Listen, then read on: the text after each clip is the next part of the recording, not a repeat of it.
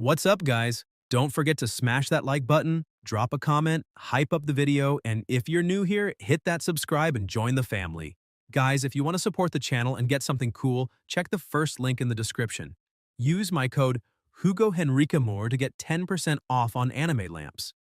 In a classroom, a young man begins to panic, questioning whether he really went back to before the college entrance exams. He's in the Xia Kingdom, at Ancheng's #1 high school, class 7 of the 3rd year. Suddenly, he jumps to his feet shouting, drawing everyone's attention. Frantic, he wonders what kind of horror story he's living in. If he was going to reincarnate, it could have at least been after the exams. Since ancient times, humanity on the Blue Star has suffered from a catastrophe known as the Secret World Invasion. These secret realms are connected to other worlds and are filled with terrifying monsters that sometimes use portals to invade the human world. The most powerful creatures can destroy entire nations and threaten all of humanity. To fight them, humans developed a system of beast genes that allows users to awaken monster models and genetic talents. These warriors are the only ones capable of saving mankind. Over time, they became far more respected than ordinary people, and the entire Blue Star entered an era where martial strength means everything and everything else is considered inferior. Only martial cultivators can reach the top.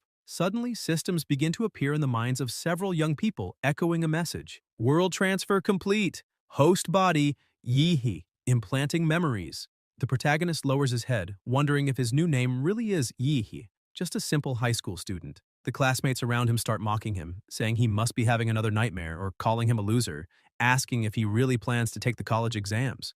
A girl sneers, telling him to give up and go home since he's destined to be a street cleaner for the rest of his life. Yehe gets annoyed, thinking that every protagonist is ridiculed at the start of their story. He realizes that the body's original owner didn't have a good reputation, and from the memories he just received, he recalls that the former Yehe's parents had an accident during his 2nd year, which made him lose all focus on his studies.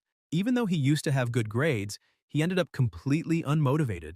The girl from before starts getting angry for being ignored and yells, asking what he's staring at, reminding him they're in a martial arts class, and asking if he wants to settle things with a fight. Hearing this, Yehe panics, trying to understand what she means since he was only thinking. Apparently, the previous owner of this body didn't study properly, and now he's the one who'll have to face the consequences. Frustrated, he thinks he's inherited a humiliating and miserable life. At that moment, the teacher walks to the center of the room and calls for silence, telling everyone to pay attention. He asks if they're ready since they're about to begin the injection of the genetic modification serum. He tells them to believe in themselves, reminding them that all 3 years of training and martial energy cultivation have led to this moment.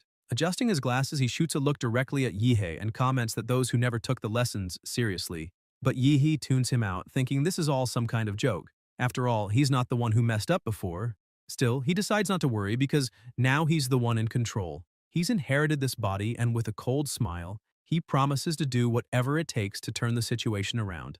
Everyone proceeds to the genetic injection conference, held in the special hall of Ancheng's #1 high school. The students are excited, chatting about what they might awaken, maybe a level 3 rock mountain, or a level 4 sea dragon. Another boy laughs and says that Yehe will probably just end up a weak level 1. The preparation machine starts making noises, releasing gas, and when it opens, it reveals several capsules containing genetic mutations.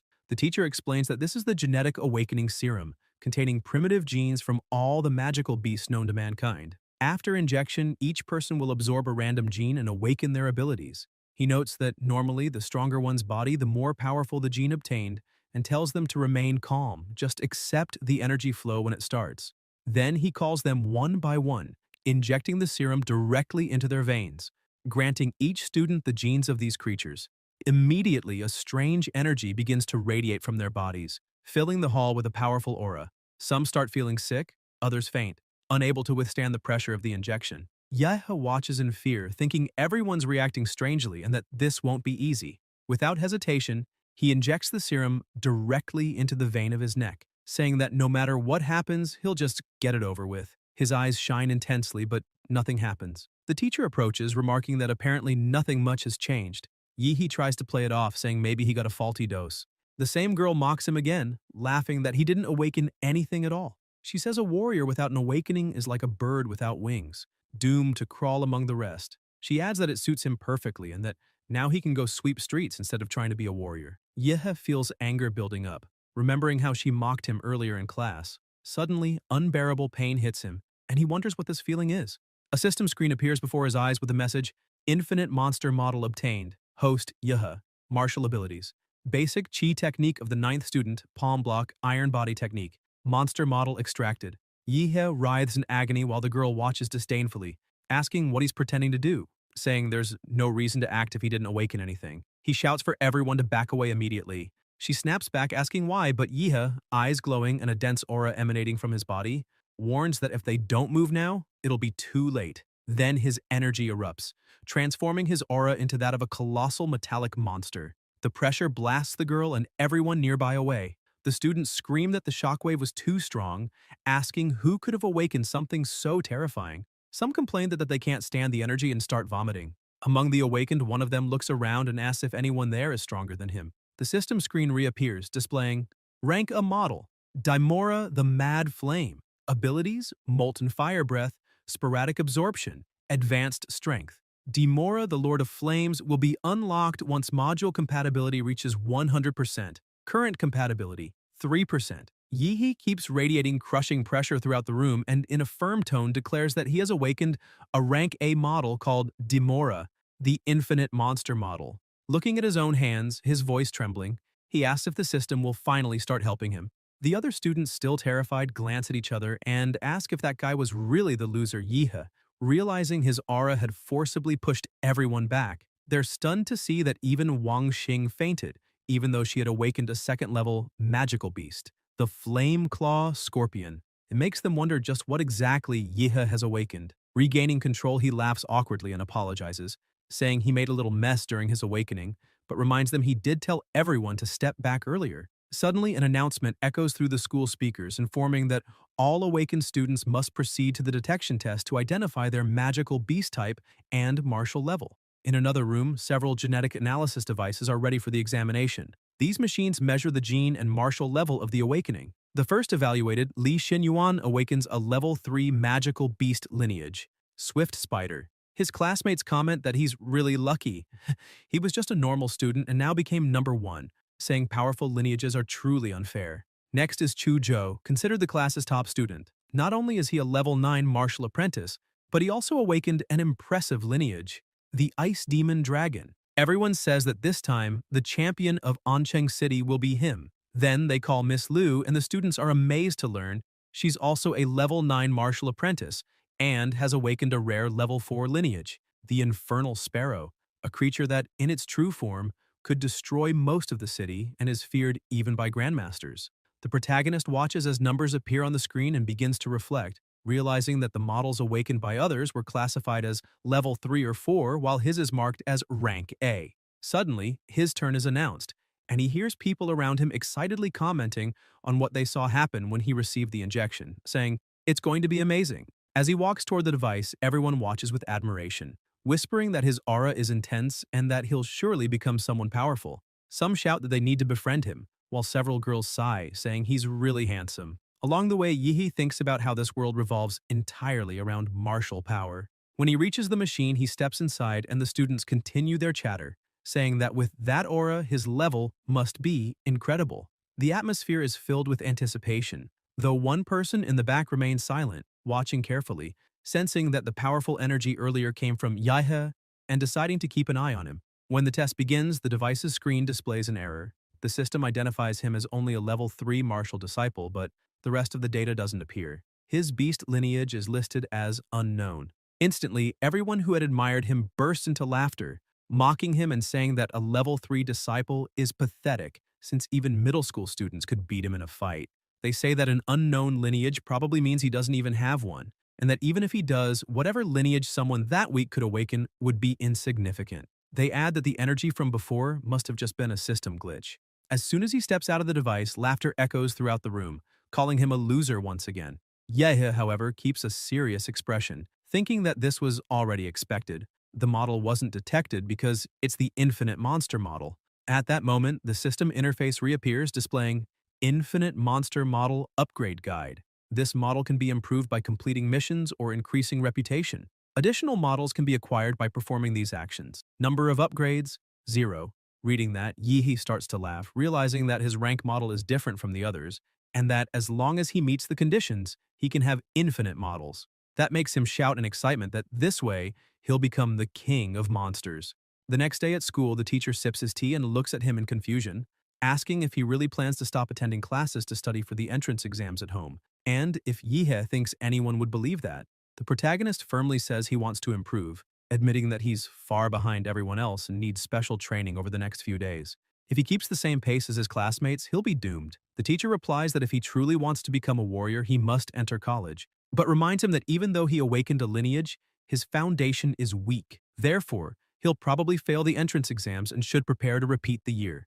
Yihe looks at him and shouts desperately that the teacher may not understand, but he awakened a powerful lineage and, with effort and intense training, he'll succeed. He begs the teacher to look into his eyes and see his sincerity, insisting he'd never lie about something like that. The teacher studies him for a few seconds, then admits that his eyes truly show determination. In the end, he allows Yihe to study at home, but confirms he'll still have to repeat the year. Outside, the protagonist walks along the sidewalk, recalling that his parents' house was sold for $600,000 and that with the accident compensation totaling more than $1 million, he has enough money to start his journey. He reflects that to increase his power, he has two options: level up as a warrior or improve his compatibility with Demora. According to the system's information, each model starts with only 1% compatibility, but Demora already has 3, and he doesn't know where the other 2 came from. He quickly concludes that the answer is simple. The model absorbed part of the genetic awakening serum's power, increasing its compatibility. That proves that the genetic serum in this world can enhance model abilities. Therefore, instead of just training hard, he can use money to speed up the process. Convinced, he decides he must buy the genetic enhancement serum as soon as possible. Swiping his student card to enter the subway, he's amazed to notice that everyone there has already awakened their own lineages. After awakening his model, Yihe gained a unique ability called Life Magnetic Field. Demora can detect the vital signs of creatures by releasing its magnetic life field, allowing the protagonist to sense warriors' chi burning like furnaces and perceive their beasts' presence. Excited, he starts to laugh, murmuring, "Warriors and monsters." And as he witnesses it all, he feels an uncontrollable desire to fight rising inside him. After all, Demora is the king of monsters in his world, a being destined to dominate all life. However, Yihe is still a beginner, unable to fully control Demora's power. When he grows stronger, he'll show the world who the true king of monsters is. Suddenly, someone taps his shoulder, startling him. A beautiful woman smiles and winks, telling him to stop staring at people. Embarrassed, Yihe apologizes, saying he didn't mean to. She laughs softly, saying it's fine and that he probably just awakened his beast gene and can't control the power yet. It's completely normal. Curious, she asks what he's doing there. He says he came to buy genetic medicine but doesn't know where to go since the place is so big and confusing, and asks if she could help him. The woman seems surprised, asking if he really intends to buy that kind of product and already start using it. Confused by her reaction, Yihe asks if there's something wrong with that. She says no, but explains that genetic medicines are extremely expensive and that frequent use can cause resistance, reducing their effects over time. She advises that to maximize results, it's better to wait until his lineage reaches its peak. Yihe asks how much a genetic dose costs, and she explains that, at his current level, he'll need a beginner's dose, priced at around $400,000. Hearing that, he feels discouraged, thinking it's too expensive. He couldn't even buy 5 doses with all the money he has. He asks if she knows anyone who could offer a discount. The woman hands him her business card, saying that with a recommendation from a veteran warrior, he might get a better price. Taking the card, Yihe thanks her sincerely and she smiles, saying that someday they'll meet again. Determined, he looks at the card and says it's time. Checking his balance, he sets out to buy, determined to invest in his growth. Later, in his apartment, under the light of the ship reflected through the window, a dense energy bursts from his body. The system screen appears, showing that the beast model, Demora, the Mad Flame, has increased its compatibility from 3 to 4%, and then to 7%. Yihe's body radiates more and more power, and the system also shows his stats rising from 10 to 15, while his weapon level reaches 7. Exhausted and drenched in sweat, he bends over, smiling with satisfaction, saying that this is how you level up. However, he notices that with each genetic dose, the progress becomes smaller, since as his body improves, further gains are harder to achieve. Still, he's satisfied, saying it wasn't bad at all as he achieved in a few minutes what others would take 3 years of training to reach. Thinking about it, he believes that if he can activate Demora's lineage power, he'll become number 1 in the entrance exams. Looking at his hands and smiling, he reflects that if a loser can't surpass the ordinary, then he truly is worthless. With everything ready, he decides it's time to enter the secret realm. These portals are ranked from E to S, and the higher the rank, the stronger the beasts that dwell within. No human can defeat S-rank creatures. If they invaded the real world, they'd cause an apocalyptic disaster. After preparing, he heads to Ansheng's rank E Secret Realm number 3. Walking through the area, he notes there are fewer people than he expected, but realizes that's because the realm is old and most of its treasures have already been plundered, leaving only weak beasts, usually hunted by beginners. Approaching the receptionist, he informs her that he has a pass for Secret Realm number 3. She asks him to sign the contract in front of her before entering. After filling out the form, he walks toward the portal, feeling his excitement grow. Gazing at the portal's light, he says, this is only the beginning of his journey to becoming the king of monsters, and without hesitation, he leaps inside. On the other side, he's awestruck by the sight of the Kanglan, Anhui, and Taijin stars shining in the sky, saying that even though he'd read about them in books, seeing them in person is completely different. Everything feels vast and magnificent. While still admiring the glow of the stars and the vastness of the place, a rabbit slowly approached. It was a first-rank beast known as a blood rabbit. The animal lunged toward him, but Yihe reacted instinctively, grabbing it with a swift, precise movement. He let out a mocking laugh, asking if the rabbit was stupid for thinking he wouldn't notice it. Thanks to his life magnetic field ability, he could sense everything around him with extreme clarity, and within seconds he exterminated the blood rabbit.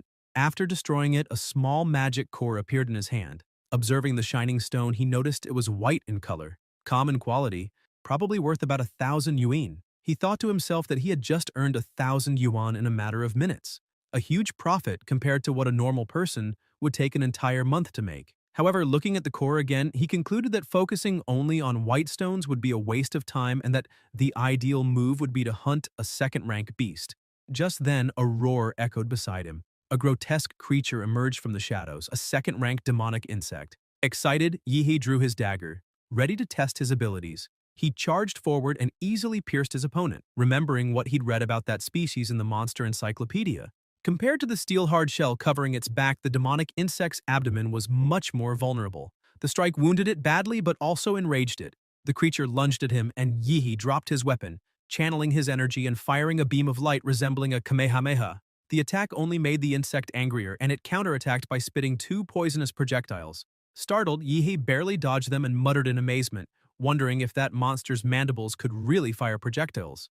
Though he escaped, he grew furious at seeing his clothes damaged, shouting if the monster had any idea how much they cost. He soon realized that, at his current martial level, he couldn't defeat the creature without a powerful technique to back him up. Even with a deep Dantian and above-average vitality, he could barely unleash half his strength. He blamed the body's former owner for being such a failure in studies and training. With no alternatives left, he thought there was no choice. He'd have to cheat. He focused, and his eyes began to glow. A dense energy filled the surroundings as he shouted to Demora, enraged to activate the demon emperor lineage. His body transformed, arms covered in scales and bulging muscles like those of a real beast. His strength rose from 15 to 21 points. When the insect charged again, Yihe leapt straight at it, diving into its mouth and tearing it apart from the inside, making its body explode outward. Gasping for air, he declared that, with his physique raised to 21 points, he had completely crushed the second-ranked demonic insect.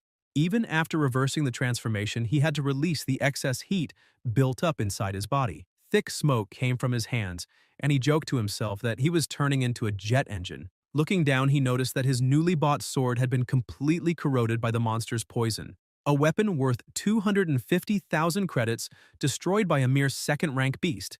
This had to be a scam, the quality control was terrible, and the review would definitely be negative. Soon after, his stomach growled loudly, and he realized that the energy consumption during the transformation must have been massive, since he was starving and hadn't brought any food. Suddenly, a delicious aroma filled the air, making his mouth water. The scent came from the green magic core the demonic insect had left behind. Without thinking much, he gave in to hunger and swallowed it. As soon as he did, a system window appeared before his eyes. Monster Model Demora, Enraged Demon Emperor. Compatibility increased from 7 to 7.3%. Yihe widened his eyes, surprised to realize that compatibility increased by consuming cores. Smiling, he compared. He had spent hundreds of thousands on a genetic potion and gained only 1%. But a single green core raised it by 0.3. If he could get 3 or 4 of those, it would equal an entire potion. He also thought that the white core he'd picked up earlier would probably give at least 0.1%. Happy with the discovery but frustrated over the money he'd wasted, he laughed and cried at the same time. calling that world a true pay-to-win. Regaining focus, he placed 2 fingers on his forehead and murmured that he would turn all that frustration into motivation. He swore to himself that he'd hunt until he was completely satisfied. With a determined look, he activated his life field, expanding his senses to detect any demonic presence nearby. The following afternoon, the System tab appeared again, displaying Model Demora Enraged Demon Emperor Compatibility 9% overall physique 15.8. As he walked, Yehi thought that after reaching 9% compatibility, consuming white cores no longer had any effect, so it was more worthwhile to sell them for money. When he arrived at the receptionist's desk, he poured them all onto the counter and stated that he had 20 white cores and 1 green. The clerk was stunned, asking if he was joking, since a mere high school student could never have gathered that much. After completing the sale, everyone in the area began staring at him curiously, but Yihei ignored them, commenting that according to government rules, martial artists had to hand over part of their spoils. A green core was equivalent to 5 white ones. In total, he received 200,000 Xia Kingdom credits. Thinking about his next steps, he remembered that only 9 days remained until the college entrance exam and decided to head to Secret Realm D Class number 4. When he arrived, he noticed a group already gathered. The driver asked his captain, Lin, if they'd be able to complete the Jade Flower mission this time. Lin replied that during their last expedition, they had already found the area where it grows, but old Chen had been injured while fighting a monster and wouldn't be joining them. A woman commented that without him, only 5 people remained. Another warrior confirmed and reminded them that the rules required at least 6 participants to enter a D-class secret realm. Calmly, Lin said that wasn't a problem since he had contacted an agency that arranged a replacement. The captain, a level 2 martial artist named Lin He, approached Yihei and asked if he was the level 9 martial disciple known as Paisla. The protagonist confirmed. He thought that since he was still a student and lacked authorization to enter a D-class secret realm, he'd had to rely on an illegal agency to forge a fake identity, spending 100,000 credits just on that. Lin He remarked that the name Paisla was peculiar. Yihei stared at him and replied that he had no choice. If he used his real name, he'd have copyright issues. The captain laughed, saying it didn't matter since it was only a code name. What truly mattered was that, as a level 9 disciple, Paisla didn't have enough power for this kind of mission. Therefore, he would only observe and not interfere. Lin He emphasized that he didn't want him getting in the way. The protagonist simply nodded, saying he understood, but thought that defining roles beforehand was a good sign, better than being betrayed midway. With everything settled, the group boarded the vehicle and headed toward the portal. The captain explained that their goal this time was to find the Blood Jade Flower. Once they entered the secret realm, Lin He checked the tracker and reported that there was a flower located in an oasis just ahead, guarded by a rank 2 monster with a general-grade lineage. Paisla looked around the barren landscape, reflecting that last time he'd explored a tropical forest, and now he was in the middle of a desert. He concluded that the secret realms weren't connected to a single world. Suddenly, one of the members shouted that Earth Demon rats had found them.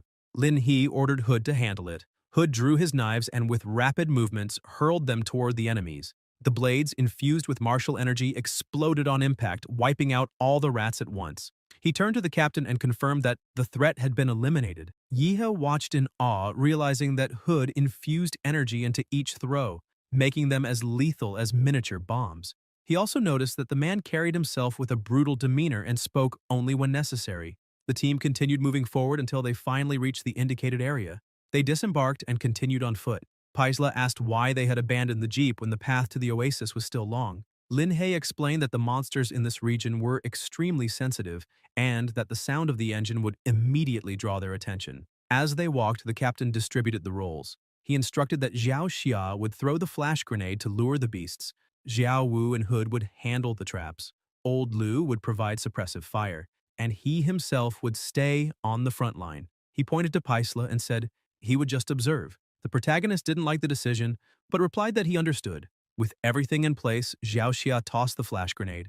It released pheromones from high-level creatures, making the monsters nearby think their territory was being invaded. Within seconds, the ground began to shake, and before them appeared a massive creature covered in thick scales, a rank 2 monster known as the Earth Dragon. The captain shouted for Paisla to be careful because the monster was coming. Meanwhile, elsewhere, someone walked across a data projection on the floor, while a strange man nearby watched the scene and began to laugh quietly. The battle against the Earth Dragon ended fairly easily as the captain managed to slash it down quickly. The others ran to him asking if he was all right, and pointing out that the Earth Dragon was dead. Lin He sheathed his sword and said they should keep moving forward. However, a shadow suddenly appeared behind him. The dragon struck again, catching the captain off guard. In an instant, the protagonist leapt forward and used his martial art to attack the beast, unleashing a massive shockwave that startled even the captain. Lin He watched in disbelief and said that Paisla was just a novice, yet he had managed to defeat a rank 2 beast. Xia was equally impressed,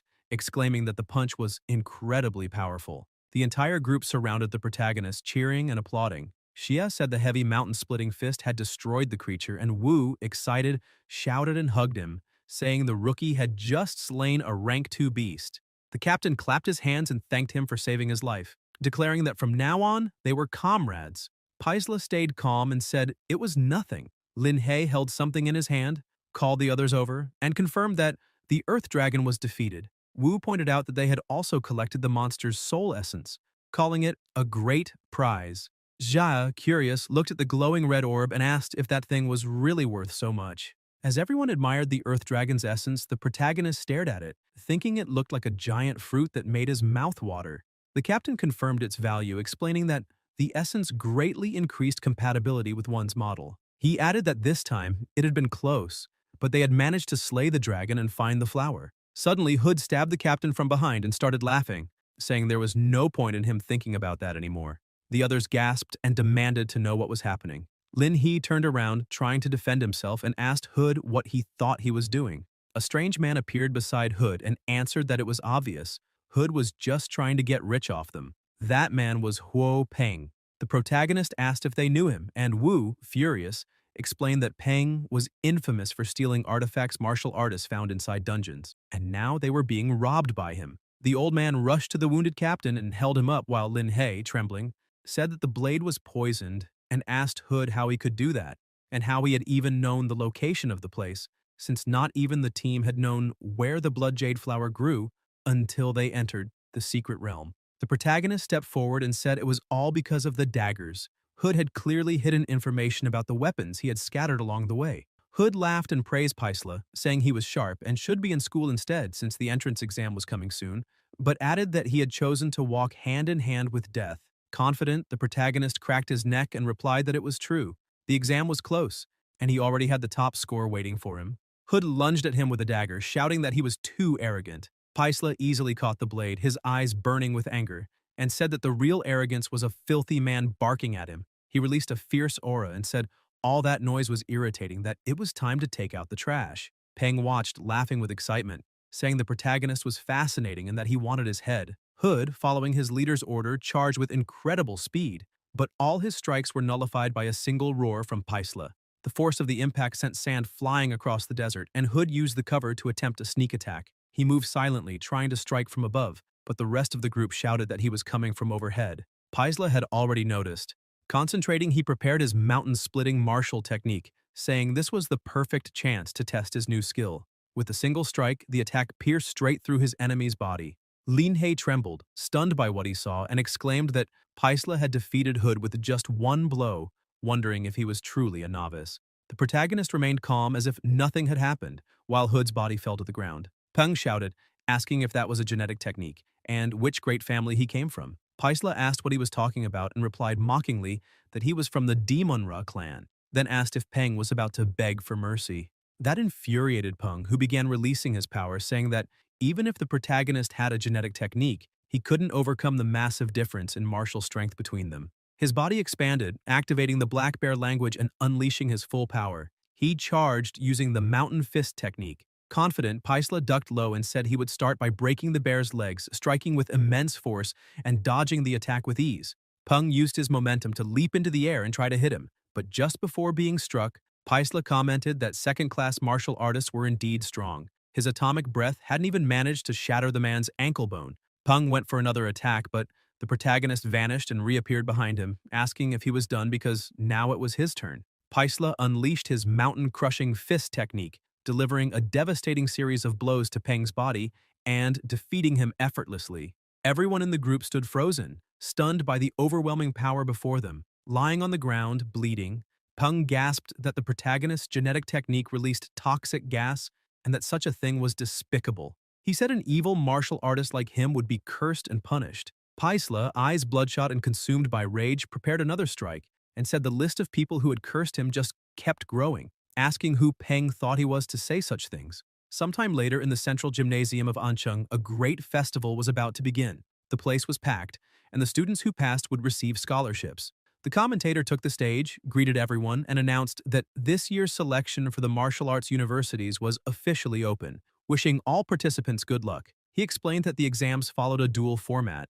Two candidates entered the arena, and whoever won advanced to the next round. The exam lasted 3 days. The first two were eliminations, and those who passed would move on to the third phase.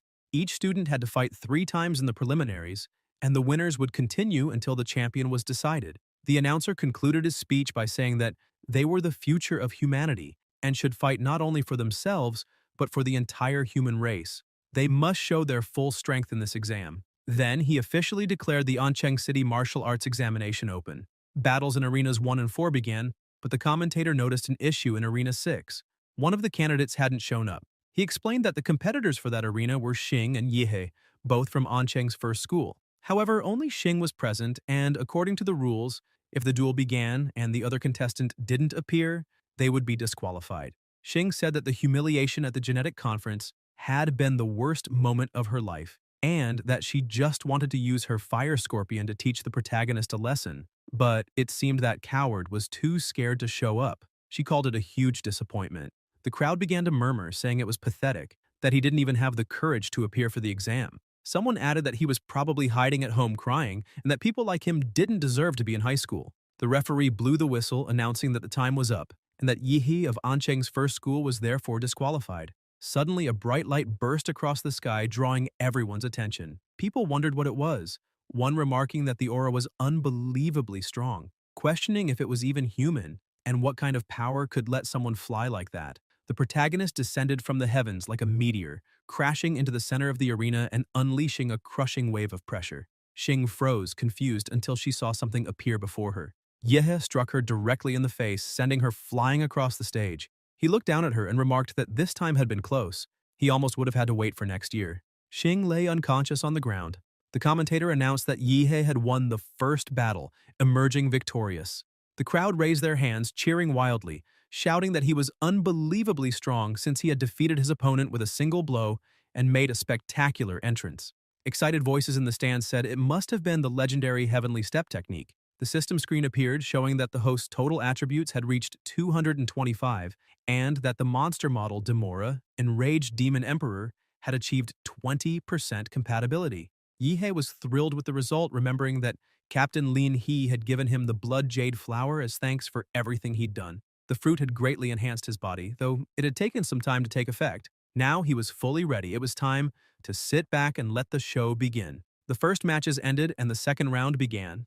The commentator announced the next duel, Long Tao from Ancheng's fourth school versus Yihe. The fight didn't even last a minute before the protagonist won again. The third school faced him next but was defeated with a single blow, just like the others. The crowd went wild at his string of victories, exclaiming that he finished each battle with a single kick and moved straight to the next without wasting time. A true human super kick. The commentator raised his hand excitedly and declared that Yehi from the first school had won all 3 fights and advanced to the third stage. When the round ended, the protagonist began walking through the area and many people rushed to him, inviting him to their universities and begging to add him as a friend. Even private universities were after him. Yehi could barely move as people surrounded him from all directions, each calling his name and trying to convince him to enroll in their institution. Then, a woman approached and asked if he already had a university in mind. He looked at her curiously and, apologizing to the others, replied that he intended to attend the capital university. The moment he said that, everyone began to step back, murmuring that he hadn't even reached the finals yet and was already full of himself, saying that once he lost, there would be no point in asking for help. The protagonist was surprised, asking if they were serious and if they truly didn't believe in him. Even so, he said he understood. After all, the capital university was the best martial arts school in the Xia kingdom, one of the top 5 in the world, the dream of any martial artist. He thought about how, in second-tier cities like Ancheng, only the very best had any chance of getting into such a sacred place. But in the end, martial artists prove their worth through strength. When he wins the tournament, he'll see what everyone has to say then. Suddenly, 2 men in suits approached, calling his name and showing him a document, asking him to cooperate for a reevaluation of his martial level. After the test, both were astonished to confirm that Yihe had become a level 9 martial artist. They remarked that only 15 days earlier, he hadn't been above level 3. Yehei looked at them and asked if they were implying it was impossible to advance that much in such a short time, and if they thought he had cheated. One of the evaluators explained that they had investigated and found he'd been entering dangerous secret realms repeatedly, questioning why he'd done that before the exam. The protagonist acted and replied that he had done it all for training, saying that before his father died, he told him that if he wanted to surpass others, he needed to stop being just a student. So he kept fighting nonstop in secret realms, and during one of those battles, he managed to break through his genetic barrier. The two evaluators froze, sweating, and asked if he truly broke the genetic barrier. Then, they ran off, saying they needed to report it immediately.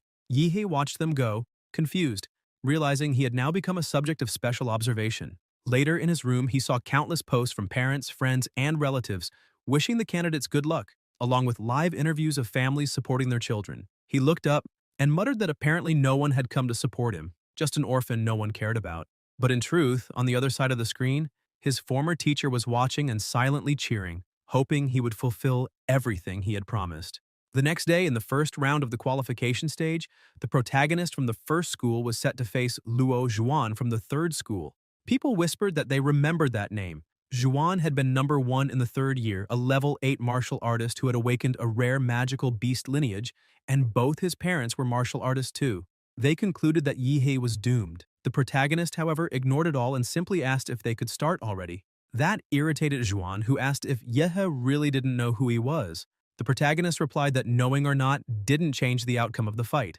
Zhuan laughed and released his power, saying it didn't matter. The result was already decided. He would be the winner. He activated the demonic mark awakening and, with his power amplified, charged forward, saying he hoped Yihei was lucky enough not to die on the spot. He then unleashed the thunder dance technique. Yihei calmly caught the attack with his bare hands, saying it wasn't bad, but still far weaker than that bald guy's strike. Zhuan screamed in pain as his hand burned and fell to his knees in despair. The protagonist raised his hand and struck, slamming him into the arena floor. Then he laughed, asking if there wasn't a single decent opponent in the entire tournament. The commentator announced that Yihei was once again the winner, pointing out that it was another clean hit and that he had just defeated one of the favorites. The crowd erupted, astonished at how easily he had won, commenting that Zhuan had looked so imposing and was suddenly sprawled on the ground. They remarked that Yihei's composure was that of a true master and that his level was far beyond the other competitors.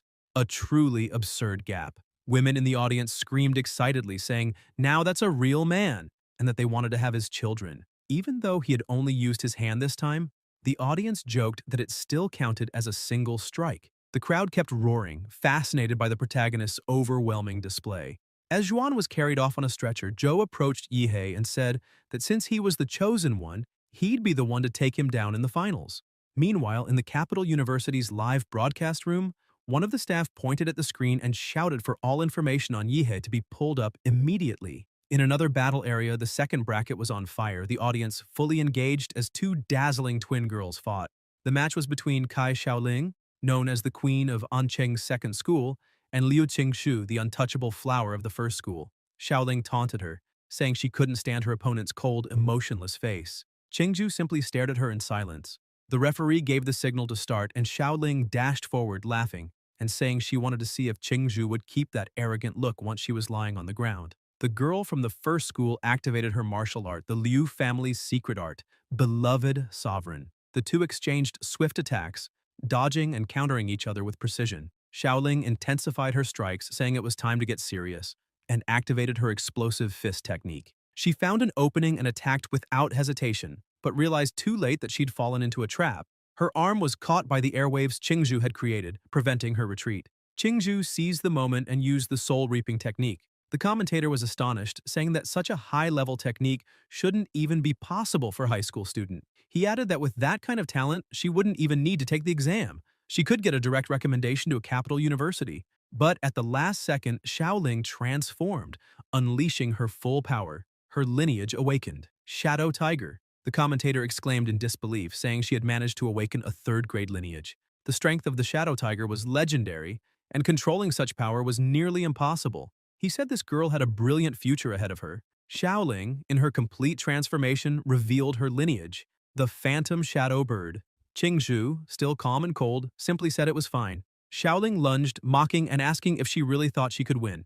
Qingshu fought back using her family's secret arts. her movements graceful and precise, almost like a dance. She blocked and dodged every strike with ease.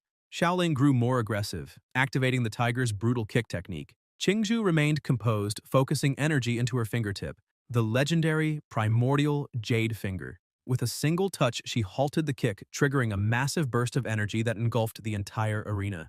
The commentator exclaimed that the collision between their powers was absurd, filling the field with thick smoke, and wondered who would still be standing at the end. The audience held their breath, trying to see through the haze.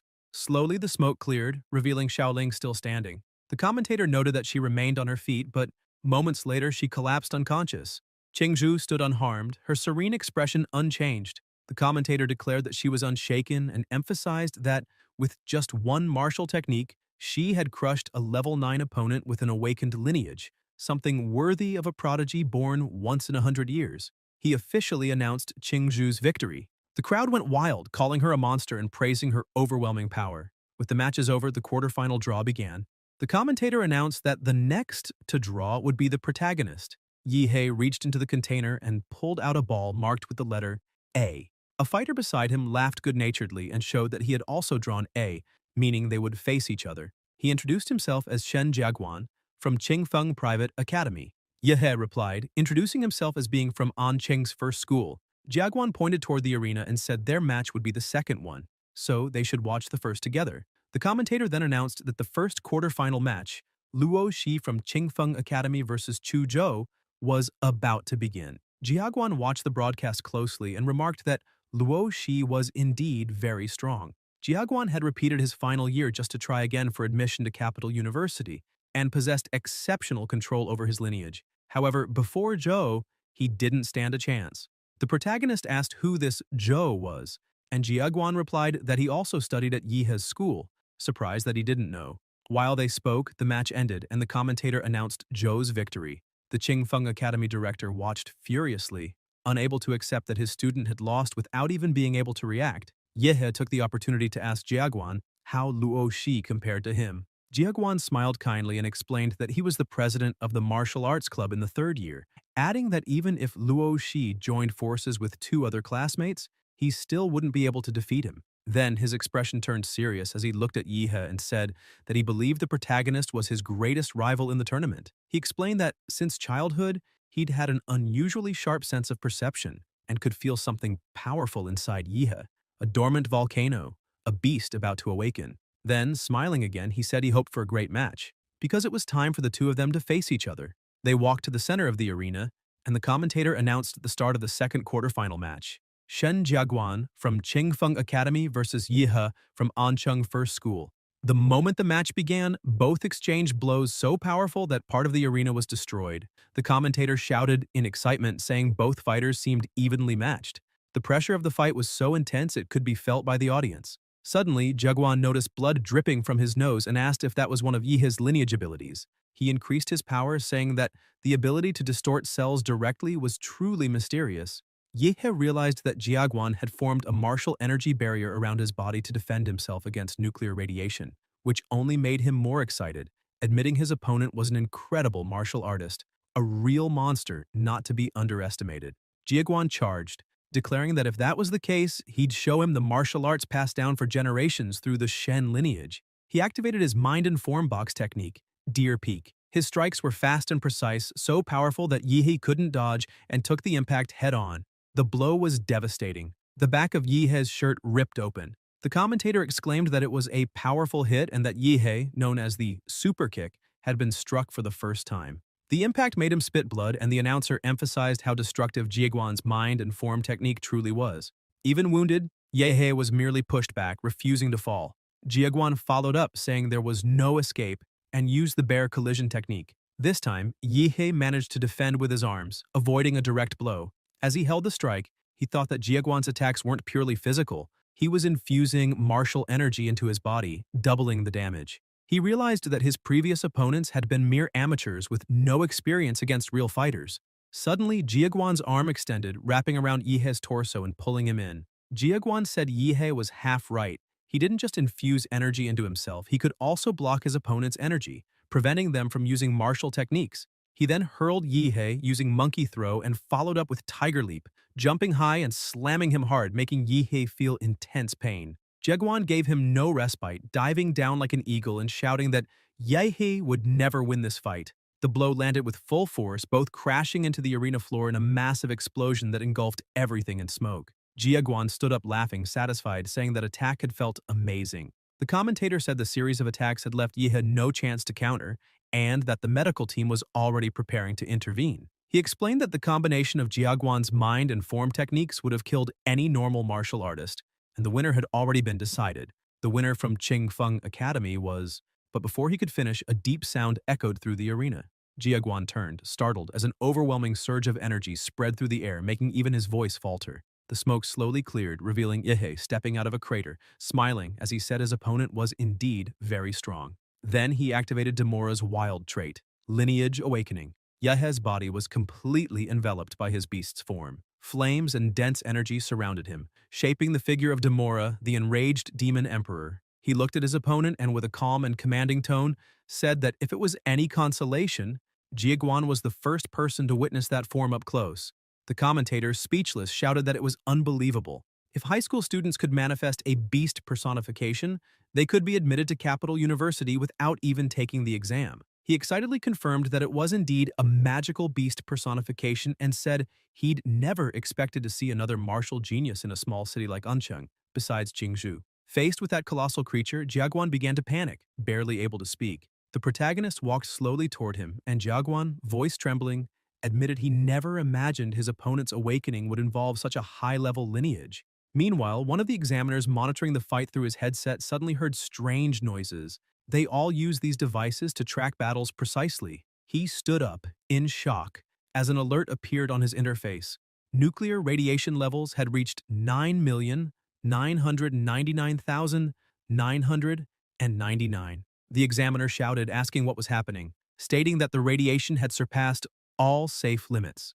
The commentator, noticing the evaluator's reactions, announced that after witnessing Yihei's beast personification, they had detected something abnormal and were sealing off the arena with martial energy to contain a possible nuclear leak. The audience was stunned, and people began asking if anyone knew what kind of beast he had awakened. Another student replied that he'd heard Yihei had awakened an unknown beast, but no one believed something that powerful could come from an unregistered species. The protagonist thought that apparently there was no other creature like Demora on Blue Star. That's why no one recognized it. Jiaguan noticed his nose bleeding again and realized his martial shield could no longer block Yihei's overwhelming energy. He concluded he couldn't prolong the fight any longer and decided to risk everything, activating the Golden Star Demon Monkey Lineage Awakening. The commentator nearly screamed, exclaiming that it was another third-order royal lineage and that this year's entrance exam was full of monstrously strong candidates. Jiaguan used his mind and form box once again, Serpent Strike, moving with lethal precision and speed. The protagonist prepared himself too, focusing his energy and activating the Mountain Prison Fist technique. The impact shook the ground. The strike hit Jiaguan's arm directly and he screamed in pain, realizing the limb had been badly damaged. He admitted that if he hadn't released his power in time, his arm would have been completely shattered. Breathing heavily, he said that earlier he had talked too much, but now he was just getting beaten. Yihei approached him steadily, eyes firm, and said, Jiaguan was an incredible opponent, but the result wouldn't change. The commentator narrated with enthusiasm, explaining that in the second quarterfinal match for Capital University's entrance exam, two high-level lineages were clashing. On one side, a third-order royal lineage. On the other, an unknown magical beast lineage, something rarely seen. Jiaguan tried to analyze the situation but realized that since Yihei's awakening, his power had become immeasurable. He could no longer withstand the pressure and knew that if it continued, he would be crushed. He tried to retreat and counterattack, but Yihei gave him no time. Don't get distracted, Yihei said, landing a flurry of fast blows. Jiaguan activated mind and form again, grabbed Yihei's arm, spun his body skillfully, and moved behind him, panting as he said the last hit barely scratched him. This was his real move. He jumped high and unleashed the giant elephant paw strike, shaking the entire arena with the impact. But when he stepped back, he froze in disbelief. Yihei stood completely unscathed, arms crossed, watching him calmly. Are you done? The protagonist asked, hovering slightly above the ground. Now it's my turn. He charged forward like a king ready to crush everything before him.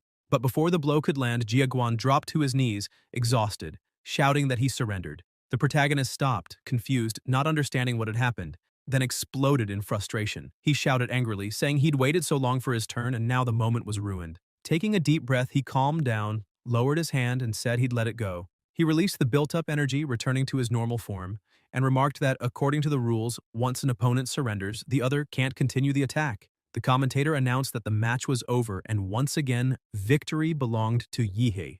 The crowd went wild, shouting about how incredible the protagonist was. Social media exploded. People began making memes of Jiaguan. Before the fight, confident and sure of victory. After the fight, crying and begging forgiveness for not letting Lord Yihei use his full power.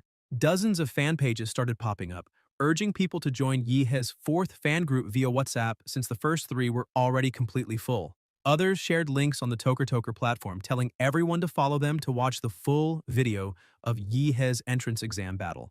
The public was ecstatic. Fans commented that the best student and candidate of the year was undoubtedly the protagonist, claiming that not even Qingju or Zhou could stand against him. Meanwhile, the director of Qingfeng Private Academy was livid, shouting that Luo Shi might have lost, but he had placed all his faith in Jiaguan.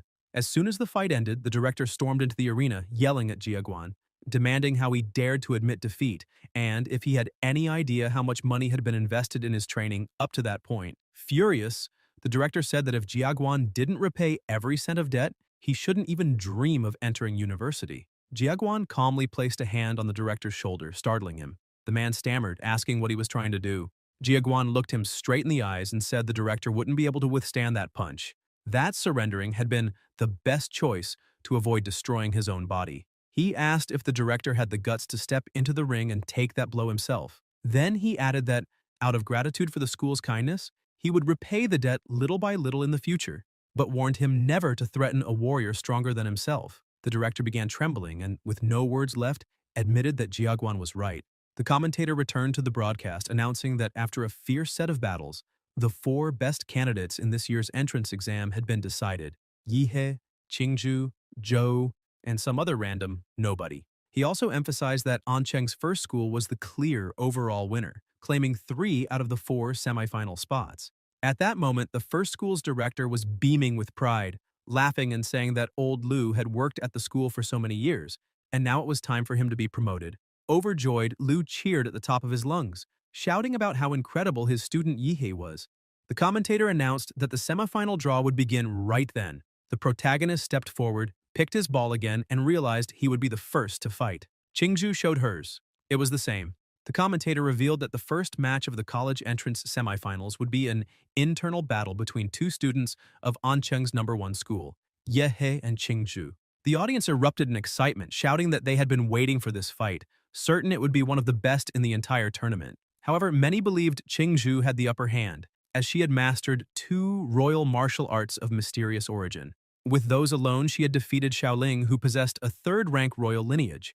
Qingju's own awakened lineage, the 4th-rank infernal bird, had not yet been fully revealed. On the other hand, Jiaguan had also possessed a 3rd-rank lineage and had been the one to force the protagonist to awaken his own, an extremely powerful one.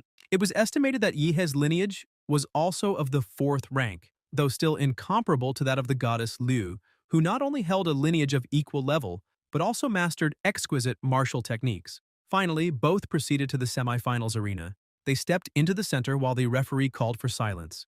As soon as they were ready, he signaled for the fight to begin. Instantly, Yihei released his aura, unleashing overwhelming pressure within the arena and raising a dense mist that obscured everything. Staring at that sight, Qingju sensed the depth of his power but didn't waver, saying she hoped he was strong enough to withstand her. The commentator narrated that the battle had begun with Yihei releasing a thick fog that completely blocked visibility, leaving the audience unable to see what was happening inside. He wondered how Qingju would handle the boy who had shocked everyone during the year's entrance exams, and whether she would be forced to unleash her true power again. Within the smoke, Yihei analyzed the situation. Qingju's martial arts were far superior to his. With such mystical techniques, even his strength might not be enough to inflict any real damage. He also acknowledged her intelligence, her ability to formulate multiple strategies mid-fight. He understood that if the battle dragged on, she would gain the advantage. Therefore, he decided to go all out from the very beginning. Suddenly, he burst through the mist, charging with the mountain fist. Qingju saw him and wondered why he was attacking so recklessly already, but quickly concluded that if that was how he wanted it, She would use her royal martial arts to defend and strike back. Mid-charge, Yeha abruptly changed his stance and struck her cleanly. Shocked, she grew irritated, realizing he had tricked her. He'd shouted, "Mountain Fist!" But his attack had been a whip of pure energy instead. Taking advantage of her confusion, Yahi intensified his beastly aura and kept her under relentless pressure. The crowd began to complain, saying the protagonist was just toying around and that real warriors fought with honor. Ignoring them, Yehe maintained his aggressive tempo, giving Qingzhu no time to catch her breath. Still, she managed to channel her energy and broke his barrage, drawing cheers from the audience, who believed she might finally turn the fight around. But Yehe unleashed the hands of his beast and declared she wouldn't escape so easily. He launched another strike that caught her off guard. She realized he was using martial energy as well. Qingzhu jumped back and countered, causing a large explosion, but it wasn't enough. Within seconds, Yehe appeared in front of her, commanding her to stop running. He attacked again, blow after blow, with terrifying speed and power. Qingzhu gritted her teeth, wondering how he wasn't exhausted after so many strikes. His stamina was absurd. Then she remembered her two imperial secret martial arts. One defensive, the loyal family's secret art, Floating Shadow, and the other offensive, the Hunyuan Jade Finger. She believed that if she could use both, she might have a chance to break free. Yet his pressure was overwhelming. There was no opening at all. Knowing she couldn't hold back any longer, Qingzhu activated her trump card, the awakening of the Netherbird lineage. Her body transformed before everyone's eyes as great black wings unfolded from her back and she rose into the air. The commentator shouted with excitement that her lineage had finally awakened, the first manifestation of her magical beast, the Netherbird. With a serious expression, Qingzhu warned Yehe to be careful, saying she still couldn't control her strength in that form. But Yehe only laughed, thrilled, saying that was perfect. Until now, he'd been using only half his power, so there was no need to hold back anymore. Qingzhu darted around the arena at high speed, but Yehe sensed her reappearing behind him. Without hesitation, she unleashed the Imperial secret technique, Hunyuan Jade Finger. In the midst of the furious clash, Yehe grinned wildly and activated his atomic fist. The collision between their attacks generated a colossal surge of energy that filled the entire arena. The audience groaned, many feeling dizzy, complaining that the pressure was so immense it was hard to breathe or even keep their eyes open. Qingzhu was forced back several steps and, upon looking ahead, was stunned. Yehe's energy was overflowing, his body radiating the aura of a raging beast. The commentator reminded everyone that this was just the first semi-final match, yet the protagonist's unleashed power was already shaking the entire field, the roaring energy deafening. Qingzhu stared in disbelief, her voice trembling as she muttered that this level of energy couldn't be good. The commentator, equally shaken, tried to make sense of it, explaining that Yehe's beast form seemed to be absorbing energy instead of losing it. He described how the spines along Yehe's back were storing vast amounts of energy and converting it through his mouth. Then, in a flash, Yehe fired the atomic energy beam straight at her. Qingzhu tried to shield herself with her wings, but even with her latent awakening, she could tell the blast was far stronger than expected. She immediately used the feather deflection technique. The commentator cried out in panic. The energy beam had been reflected by Qingzhu's feathers and was now hurtling toward the audience. Chaos broke out in the stands, but before disaster struck, a barrier of energy materialized, blocking the scattered blasts. It had been conjured by the city's mayor, Huang Qing. He raised his voice, calling for everyone's attention and declaring that the strongest champion in Anqing's history would be born that day.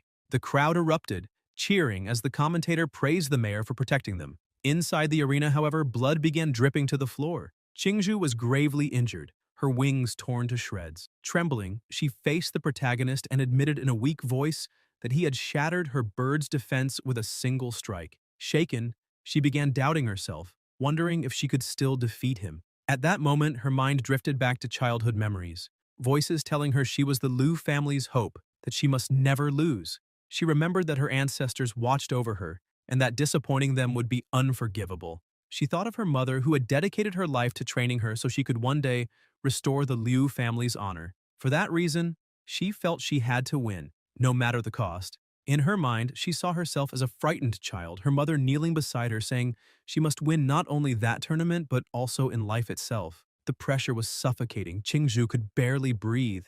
Back in reality, she looked at Yehe, realizing how exhausted she was. She acknowledged his strength and, confused, smiled faintly, wondering if it was normal to feel okay with not being able to surpass someone so strong. Even so, she rushed forward again, asking him to look at the opening she was leaving and finish her off once and for all. But Yehe didn't move. He let her hit him directly as if it were nothing. Shocked, she asked why he hadn't dodged. With a cold, steady gaze, he asked if she had already lost her fighting spirit. Qingzhu froze at his words. Irritated, Yihe said she couldn't even meet his eyes, and, enraged, gathered a massive surge of energy, shouting that he would claim that damn title fair and square. Stunned, Qingzhu couldn't react as he struck again, slamming her to the ground. The protagonist stared down at her, demanding that she start taking it seriously. Then he charged forward at a high speed, asking if she still couldn't react and ordering her to move faster. Beaten down, Qingzhu screamed in indignation, yelling that he was too audacious to hit her like that. No one had ever dared do so to her since she was a child. Confused by everything that was happening, Qingzhu shouted that she wanted him to win too, and demanded to know why he insisted so much that she keep fighting. Suddenly, a colossal force surged through her body, and she roared that he had no right to hit a woman in the face like that. Yeha looked at her firmly and replied that this was exactly how he liked it. If she didn't want to be hit, then she should get up and fight. Qingzhu then activated the forbidden martial art blood combustion. New, immense wings unfolded behind her, shimmering with fiery brilliance, and her entire outfit transformed, reflecting the true form of her magical beast. Staring at the protagonist, she declared that she would now fight with all her strength and defeat him, just as he seemed to want. Yihe watched her transformation and burst into manic laughter, saying that she had finally revealed the true form of her beast. Now, things were finally getting interesting. He too transformed completely, declaring that if that was the case, he could no longer hold back. When his transformation was complete, his power flared violently as he activated the Qi Gong technique, a fusion of the Demora model with his internal energy flow, the nuclear combat body. The protagonist stepped forward and said he hoped they would have a good fight. Qingzhu glared back and unleashed her ability Razor Hurricane. Yet Yihe charged straight in without hesitation, plunging directly into the storm and activating Explosive Fist. At that same moment, Qingzhu gathered energy in her mouth and unleashed a devastating roar, the Atomic Breath. Their powers collided violently, sending shockwaves through the arena. This time, the protagonist was thrown back, though the blast wasn't strong enough to injure him. He smirked and asked if she thought she was the only one who could roar. He then focused energy into the spikes on his back. Qingzhu recognized the movement. It was the same attack as before, but she didn't intend to retreat this time. Closing her eyes briefly, she concentrated, opening small gaps in her defense to execute the Liu family's most powerful technique. Gathering every bit of energy she could, she shouted that now they would fight as equals. Yehe fired the atomic laser, while Qingzhu activated her lineage skill, the infernal blood spikes. The two attacks collided at the center of the arena. Seeing what was about to happen, the commentator warned that both attacks were extremely powerful and would create a catastrophic explosion. Neither of them would be able to control the outcome. Once again, the mayor intervened. Using his genetic technique, he conjured a massive wall called the Divine Energy Wall. The attack struck it, obliterating it instantly and sending a massive shockwave rippling through the entire arena. The crowd was in disbelief, wondering if that wall had truly been conjured by the mayor and if he had actually managed to contain the explosion. If he hadn't, everyone would have been doomed. Watching silently, the mayor thought to himself that the three divine walls he had erected were improvised and not as solid as they should have been. In the end, the two attacks had neutralized each other. He couldn't believe two candidates of such monstrous power existed in the same entrance exam. As the smoke slowly cleared, one of the figures appeared, her arm dripping with blood. Qingzhu was on her knees, her left arm badly injured. Struggling to breathe, she admitted that her true form's power had reached its limit, but she still insisted she could fight. From within the smoke, the protagonist emerged slowly, standing before her completely unharmed. Qingzhu looked at him in disbelief, unable to understand how her attacks had hit but done nothing. He told her that if she didn't purge the nuclear radiation within her body, she could suffer permanent damage and even lose the ability to fight in the future. Trembling, she began to cry, shouting that she wanted to fight him up to that point and asking why he had pushed her so hard to continue. Yihe crouched down in front of her, looked into her eyes, and asked whether she truly hadn't wanted to fight him, or if she was just being stubborn, refusing to admit her own competitive spirit. He told her that while she fought with everything she had, he could feel her desire to win, something he deeply admired in her. His words left her speechless. Qingzhu reflected and realized he was right. She truly had wanted to defeat him. That was why she had abandoned her defense and gone all out. The realization confused her. She had always hated fighting and just wanted to be done with it. Yet during this battle, she felt something different. The thrill of fighting not for others, but for herself. Yihe placed a hand on her shoulder, making her blush slightly. Then he began drawing out the radiation from her arm, healing her wounds instantly. He said she had been too distracted during the fight, and that was why she lost. Qingzhu looked at her arm, astonished. Both the radiation and her injuries were gone. The protagonist smiled, saying that despite everything, she was still the strongest opponent he had ever faced, and next time, he wanted a pure, unrestricted fight with her. Qingzhu looked at him with admiration, her eyes shining. For the first time, someone was seeing the person behind her power. As the smoke fully cleared, the commentator's voice echoed through the arena, announcing that Yihe was still standing at the center. The protagonist released her arm and smiled as the commentator declared the end of the first semifinal match, announcing that the representative of Ancheng's first school had claimed another victory. He then added that following Yihe's triumph, Zhou had also emerged victorious. As expected, now the greatest climax of the Ancheng entrance exam was about to begin, the final battle for the highest score between Yihe and Zhou. Viewership skyrocketed as the commentator shouted that the showdown was about to start. Zhou drew his sword and began to speak, but Yihe interrupted with the same confident smile as before, challenging him to come at him with everything he had. Zhou didn't hesitate. He dashed forward, activating the 7 stellar steps technique. His speed was astonishing, while the protagonist remained still, gathering his energy. Then Yihe struck the ground with atomic burst, sending shockwaves across the entire arena. Zhou retreated, realizing that Yihe had been too lazy to look for his real body and instead unleashed a massive attack that hit all of his clones at once. Even with his defensive ability, he knew he couldn't face that kind of power head-on. No warrior his age could. What he was witnessing was a true anomaly. Zhou took a deep breath and changed tactics. If he couldn't fight directly, he would wear him down from a distance. He then awakened his elemental ice dragon lineage and activated freezing pulse. The audience screamed in awe as the entire arena filled with ice.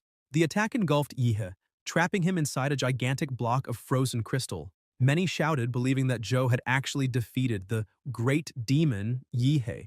The commentator cried that the freezing pulse was so powerful, it had created a real iceberg, freezing the protagonist solid. But after the attack, Zhou felt the toll on his body. Channeling that much icy energy had drained him completely. Suddenly, the commentator urged everyone to look. The ice was melting.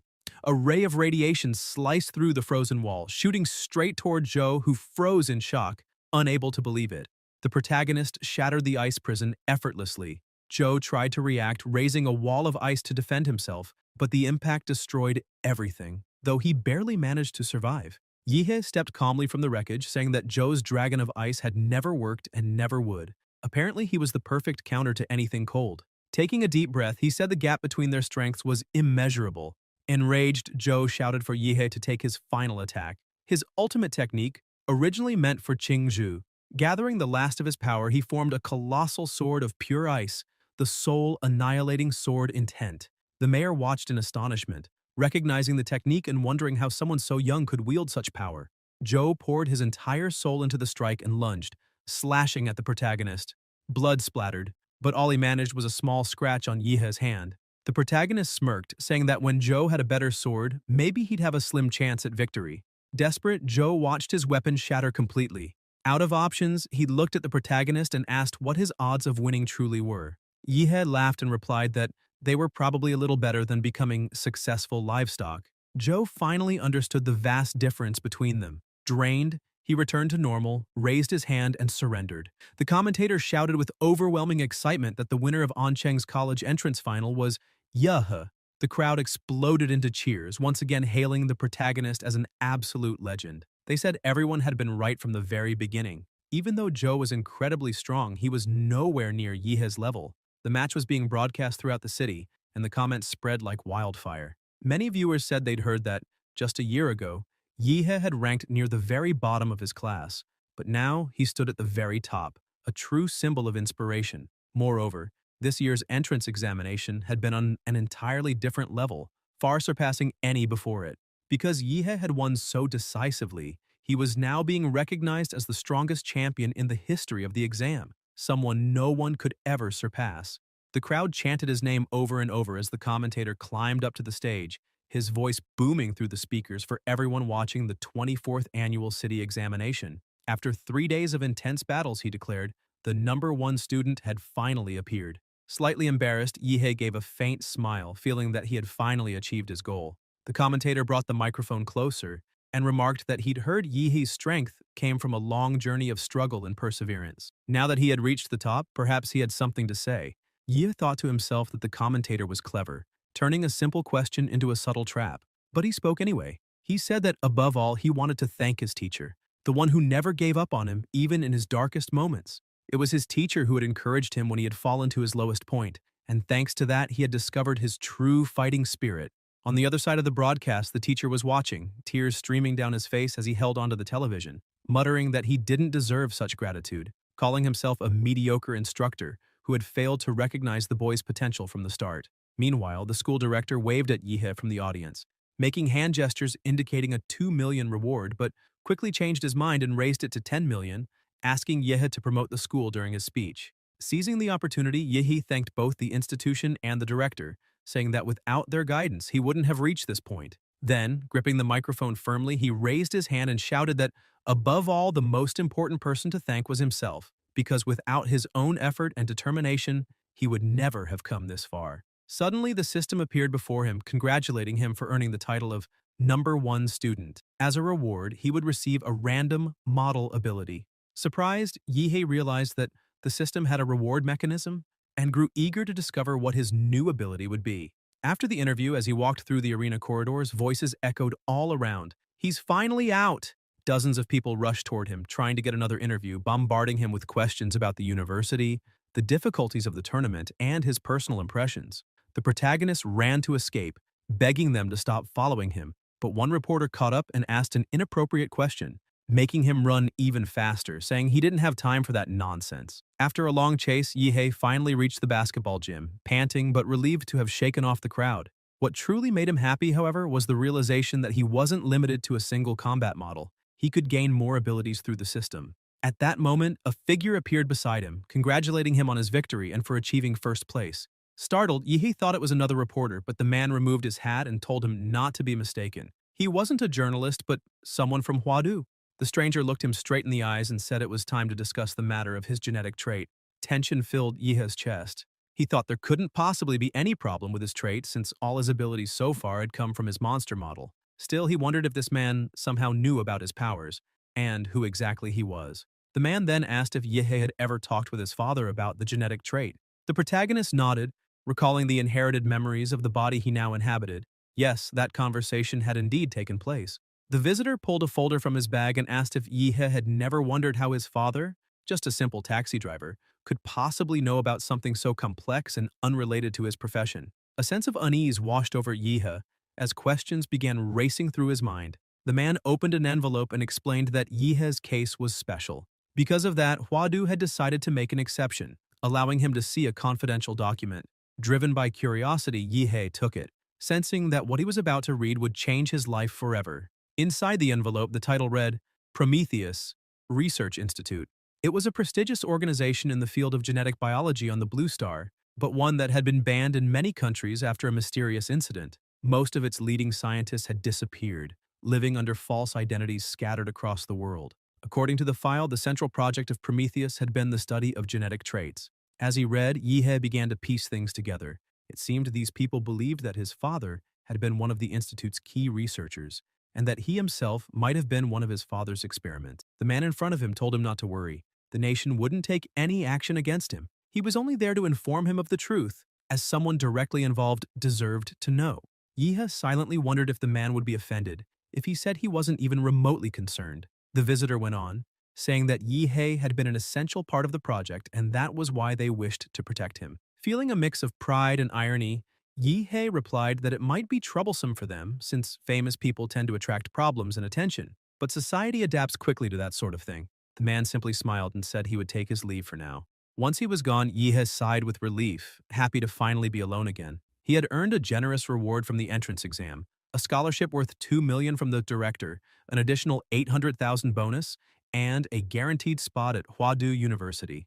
But what truly excited him was the chance to gain a new model ability. Eager, he opened the system's interface and began the draw, unable to contain his curiosity. Suddenly, a surge of violet energy enveloped him, spinning rapidly into a swirling vortex. He watched in awe as a glowing card was chosen, revealing a colossal titan. The system's voice echoed, Model acquired, supergiant humanoid, blood ability, gigantification, 60 meters, steam ability, mega attack, evolution, path, immutable humanoid, compatibility, 1%. Yihei frowned in disappointment. He hadn't expected to receive a super giant humanoid, but then an idea sparked in his mind. If he could possess more than one model, what if he combined the super giant humanoid with the Demora model? The result could make him the true king of monsters.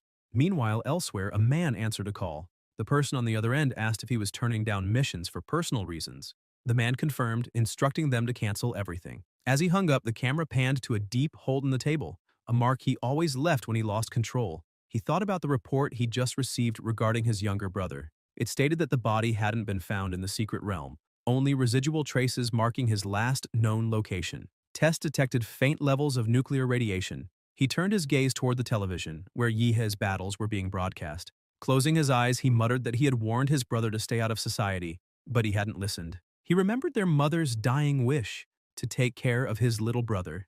As the news anchor announced that Yihe had won the city's final exam, the man stepped closer to the screen, trembling with laughter, saying that the boy must be a genius, that Huadu University would surely try to recruit him. But then his tone shifted, turning cold. "What a pity," he said. "They would never allow that to happen." Meanwhile, back at Yihe's apartment, the delivery man called out, saying a package had arrived. Yihe picked up the envelope, annoyed. He had been about to leave for the secret realm when the message came.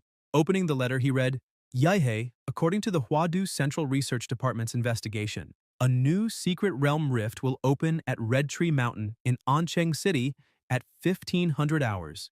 Estimated rank, C or nearby. Would you like to investigate it with me? Signed, Joe." Yihe blinked in disbelief, wondering if Joe lived in the Stone Age, who even sent letters anymore. He began to suspect that his friend might also have experienced some kind of time regression. Not long after, at Red Tree Mountain, a massive crowd had already gathered. Yihe watched, amazed by the number of people, at least 100. Still, it was expected. A new secret realm rift always drew attention. Suddenly, Joe appeared, smiling warmly, and Yihe returned the greeting with a grin of his own. Joe looked at the protagonist and commented that he seemed even stronger than before. Yihe laughed a little embarrassed, thinking that he hadn't expected Joe to notice. After all, he had spent the prize money from the entrance exam on specialized supplements to increase his compatibility with the supergiant humanoid model to 35%. Lower-level monster models also had certain advantages and could yield faster results. Trying to change the subject, Yihe asked which university his friend planned to attend. Joe replied that he was considering enrolling at Huadu University. Yihe was surprised and said that it seemed they'd be classmates once again. However, he soon noticed something odd in Joe's expression. At that moment, shouts echoed across the clearing. The rift was opening. As the tear in space began to widen, a monstrous creature crawled out from within. The warriors nearby tensed, and one shouted that the passage had finally been opened, ordering everyone to attack and defeat the beast so they could enter the secret realm rift. The fighters rushed forward, weapons blazing, and Yihe quickly realized how dangerous it was to stay exposed outside. He warned Joe that it was too risky. They needed to move. After slaying the beast that guarded the entrance, the group managed to pass through the portal and entered the secret realm of Red Tree Mountain. Inside, Yihe and Joe followed the band of warriors until the protagonist caught a metallic scent in the air. Blood. Suddenly, someone shouted that a whole army of beasts was waiting for them. Chaos erupted as an intense battle broke out. Warriors charged forward, cutting down monsters left and right. Joe joined the fight, activating his bloodline ability and freezing several creatures around him before shattering them to pieces. But then, one beast lunged at him from behind. Before he could react, an atomic explosion struck it, obliterating it instantly. Yihe warned him to watch his back, and Joe thanked him for saving his life. The protagonist sighed and muttered that fighting such weak monsters was hardly worth the effort. Joe turned around, only to see that Yihe had already wiped out every creature nearby. Stunned, he asked if the protagonist had really taken down all those beasts alone. Looking around at the dissolving carcasses, Joe realized Yihe had unleashed a wide-range nuclear radiation attack, a devastating technique that destroyed internal cells from within. Yihe continued eradicating the monsters like they were mere insects. The other warriors stared in disbelief, wondering how the battle had ended so quickly, and asking if there was a high-ranking fighter among them. One of them said no, it wasn't that. It was that the top student of the city's entrance exam was there. Another, confused, said he thought the winner was a martial artist, not someone who could wipe out so many enemies at once. The first snapped irritably, asking if he hadn't seen the broadcast. The man admitted he hadn't. He didn't waste time watching students fight. The other exploded, shouting that the protagonist could probably take on 10 of him at once. Witnessing that power, the group quickly decided to cooperate. Several warriors surrounded Yihe, and the leader commanded everyone to lure monsters toward him. Not long after, shouts rose from the front lines, a signal flare marking that the beast leader had been defeated. The crowd erupted in celebration as the remaining creatures began to retreat. Joe, exhausted, sighed that at least they had survived the first wave. Even so, out of 1,000 initial fighters, only 800 remained, many injured. Then Yihei appeared, carrying an absurd pile of monster cores, asking Joe if there was any way to store them all. Joe, shocked, asked how he'd gathered so many so quickly, but gave up trying to understand. He showed a small ring, explaining that it could store items in a subspace. Yihei's eyes widened in admiration. It was a hyperspatial ring, worth a fortune. He never imagined Joe owned something so rare. At that moment, other warriors shouted excitedly that leader Wu Sen and his team had returned. The crowd cheered, relieved, as the reinforcements arrived. They were the ones assigned to handle higher-level monsters before the rest were overwhelmed. Wu Sen strode through the crowd straight toward Yihei. When he got close, he confirmed that this was indeed the city's top entrance exam student. Introducing himself, he said his name was Wu Sen, leader of Ancheng's Silver Wolf Martial Group. Extending his hand, he explained that he had heard of Yihei's extraordinary performance during the exams and wished to invite him to join the group. If Yihei accepted, he would gain educational privileges and major opportunities for advancement. Wu Sen was even willing to offer an S-rank contract. Gasps rippled through the surrounding warriors. Wu Sen rarely recruited anyone personally, and an S-rank contract was almost unheard of. They murmured among themselves that without a martial group's backing, advancing in the profession was nearly impossible, and the Silver Wolf Group was the most prestigious in the entire Xia Kingdom. Even Huadu University students seldom received S-rank offers. Then, a woman arrived riding a massive tiger, her expression amused. She said now she understood why Wu Sen had rushed over. He was trying to grab the gold first. Looking directly at Yihei, she extended an invitation of her own, Mintetsus, to join the Chengda Martial Group. Though smaller than the Silver Wolves, she offered him 15% of the group's monthly resource share, an unheard-of amount. The crowd buzzed in shock. Never before had two group leaders offered such generous terms to a single student. Yihei thanked them politely but declined, saying he wasn't interested in joining any group for the moment. Wu Sen laughed and shook his hand, saying he had expected that answer. Recruiting the top exam student was never going to be easy. He added that it was fine. They could stay friends, and if Yihei ever changed his mind, he'd be welcome anytime. The woman agreed, saying the doors of Chengda would also remain open should he ever reconsider. Yihei replied that he wasn't thinking about it now, but that they could all remain on friendly terms. Joe, watching all this, whispered if the protagonist had just used the same hand he'd shaken theirs with to pick his ear. Yihei answered that no one needed to know. Joe sighed and quickly changed the topic, saying the first wave was over and they had held up well. He suggested that now they should start exploring. The forest was huge and it might be better to reach a higher point to assess the area and form a plan. They took flight, Joe astonished at Yihei's speed. When they reached the mountain peak, they surveyed the vast landscape below. Joe's eyes widened. "What are those?" he asked. Ahead, colossal beasts towered into the sky, each over 100 meters tall. He said he never imagined he'd see creatures that size so close. Yihei, as always, was thrilled, saying he had expected something like this. Though they were still newcomers, in a few years they would be able to face monsters of that scale and explore lands like this without worry. Joe shuddered at his words. Just imagining fighting something like that made his spine go cold. Yet Yihei's grin was wild, almost exhilarated by the danger. Still, that fearless confidence inspired him. The protagonist grew even more excited, shouting that soon he would claim every one of those monsters' cores for himself. Wanting to study the area more closely, Yihei activated his detection ability and noticed something strange. Through his magnetic field, he could sense life all around, except to the southeast, where there was a dead zone, completely devoid of life. That sparked his curiosity. After all, where there's silence, there's mystery. And the bigger the wave, the bigger the prey. Excited, he pointed forward, saying there was a lake in that direction and proposed they investigate. When they arrived, Yihei's eyes lit up even more. There stood Yuli, smiling and greeting him warmly, saying she was finally meeting the top student of the entrance exam and admitting she hadn't expected him to be so strong in person. Joe stared wide-eyed, astonished that Yuli personally knew the boy who had taken first place. Another woman, equally surprised, urged her to introduce him right away, gushing that his fight against the beasts earlier had been incredible. The protagonist stepped closer, asking how long they had been there. Yuli smiled and said they had just arrived. Two of her teammates had gone underwater to explore. Suddenly, a man burst out of the lake, shouting with excitement that they were going to be rich. Yuli hurried to ask what he meant, and the man, still grinning, explained that there was a relic at the bottom of the lake. If they could retrieve it, they'd all become wealthy. Her eyes sparkled as she asked if he was serious. If true, it was an astonishing find. Curious, Yihe asked what kind of relic it was and why they were so thrilled. Joe explained that within secret realms, ancient structures were often discovered, believed to have been built by the native civilizations of the sacred realm, and that such ruins often contained priceless relics. He added that much of modern martial society and even current technologies were derived from these discoveries.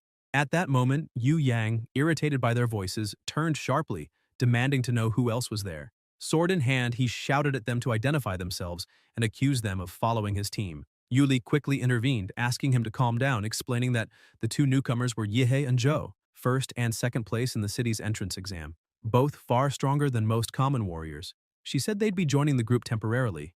Yehei confirmed with a nod, saying they were only there to help explore. Yu Yang narrowed his eyes and asked how the rewards would be divided. Yihei replied that it wasn't a problem. They'd split things according to contribution. Whoever helped more would earn more. Still annoyed, Yu Yang stepped back, muttering that he'd accept it for now, but that it didn't make them friends. As he walked away, he thought about how these two top-ranked students would probably become great warriors someday. Better to avoid conflict and go along with it for now. With everything settled, the group dove into the lake to begin their exploration. Deep underwater, they discovered a cave. Yu Yang told them that after that passage, they would reach the ruins. But as they continued, he began glancing around uneasily. Li Wei wasn't there. He had specifically ordered him to wait at that very spot. A tattooed man suggested maybe Li Wei had found treasure and gone off on his own. Yu Yang pulled out his communicator and tried calling, but there was no response. The group asked if they had seen any trace of monsters or danger earlier. He said no. They had seen nothing and even set traps all around the perimeter, yet none had been triggered. The girl with glasses began trembling, saying this place was far too dangerous, especially with Li Wei missing, and asked if they really should continue. Yu Yang snapped angrily that of course they should. They couldn't waste such an opportunity. If she was scared, she could leave, but if she wanted to get rich, she'd better help. Everyone fell silent watching him. He took the lead again, declaring that since they had decided to stay, they should move forward immediately. The group followed a narrow path, guided by faint footprints on the ground. Yihe frowned and whispered to Zhou that something felt wrong. Zhou agreed, pointing out that the timing didn't make sense. Yuli had said they'd arrived only 10 minutes earlier, yet Yu Yang and Li Wei had somehow found a cave, explored it completely, and located ruins. It sounded like someone cheating with a game map. Concerned, Zhou suggested they turn back, but it was already too late. A glint of anticipation flashed in Yihe's eyes. He was hungry for a fight, and he told Zhou to relax, that he had a plan. After a few more minutes of walking, they reached a wide chamber. Thick roots hung down from the ceiling, their surfaces crawling with a faint luminescence. The group looked up and realized that several monster cores were tangled among the roots, long since dimmed after absorbing their energy. They now understood why no beasts had appeared earlier. They had all been devoured. Yuli asked Yu Yang where the relic he'd mentioned was. The girl with glasses began shaking uncontrollably, her voice trembling as she pointed upward, saying that was Li Wei. His body hung lifeless, completely consumed by the parasitic roots. The two women screamed in horror. Yu Yang fell to his knees, trembling, shouting in disbelief. Where was the relic? Why wasn't anything there? Where had it gone? He kept shouting that nothing made sense, clutching his head as veins bulged beneath his skin. Something was wrong, and his skull began to swell, and he cried out that they had to leave immediately. Suddenly, roots burst from his head. The monster had possessed him, but Yihe reacted instantly, obliterating him with a single atomic blast. The protagonist muttered that he hadn't expected to find such an intelligent creature here. Looking up, he realized they had walked straight into its trap. In an instant, the roots sealed off the entrance, trapping everyone inside. Joe's eyes widened as he recalled something from an old book. If he remembered correctly, this creature was called the Demonic Branch Phantom, a high-level monster. Yuli trembled, saying that such creatures were not like ordinary beasts. With their current power, they didn't stand a chance. Yihe's eyes gleamed coldly as he released his aura and declared that no matter what level it was, he'd crush it all the same. Suddenly, the blocked passage exploded open, and from the smoke emerged a man radiating immense power. He called out Yihe's name, saying he had come only to kill him. The entire group froze. The energy emanating from him was clearly that of a superior level warrior. The protagonist turned, his expression darkening, tired of constantly being targeted. The man glared at him, saying he had heard rumors of someone using nuclear radiation within the Red Tree Mountain's secret realm, and he knew it could only be Yihe. He explained that he had tracked the protagonist by the radiation trail left behind, following him silently to avoid detection, stopping his heartbeat, suppressing his breath, erasing every trace of life. But even then, Yihe had found him and sealed the cave. That, he said, proved Yihe's strength was great enough to have killed his brother from the Huo family. Yihe, confused, asked who this guy even was, saying he'd just appeared out of nowhere talking nonsense. Did they even know each other? Enraged, the warrior shouted for him to stop pretending and go straight to hell, charging forward. But as he leapt, the roots reached for him, and the moment they touched, he realized this was the nest of the demonic branch phantom. Yihe had deliberately lured him here. Furious, he demanded to know the protagonist's plan, hacking through the roots with rapid strikes, but soon noticed that the creature absorbed life energy and released toxins that weakened his body. He growled that if he kept fighting like this, he would lose, accusing Yihe of tricking him. The protagonist rolled his eyes, still baffled, saying this was literally the first time they had met. That only enraged the man further. He shouted that such words infuriated him even more because his true mission had always been to kill Yihe. Then he unleashed an overwhelming burst of energy, striking the ground so hard that the entire cavern began to collapse. Yuli screamed in terror as rocks and roots rained down around them. Yihe shouted for her to get back and gathered a massive amount of radiation, blasting the ceiling apart and opening a hole where water began to flood in. He ordered Yuli and the others to escape through it. The high-level warrior tried to block their exit, lunging forward, but Joe intercepted him, brandishing his soul-damaged sword and shouting that as long as he was there, no one would lay a hand on Yihe. The man sneered, asking if Joe really thought he could stop a superior warrior with that toy.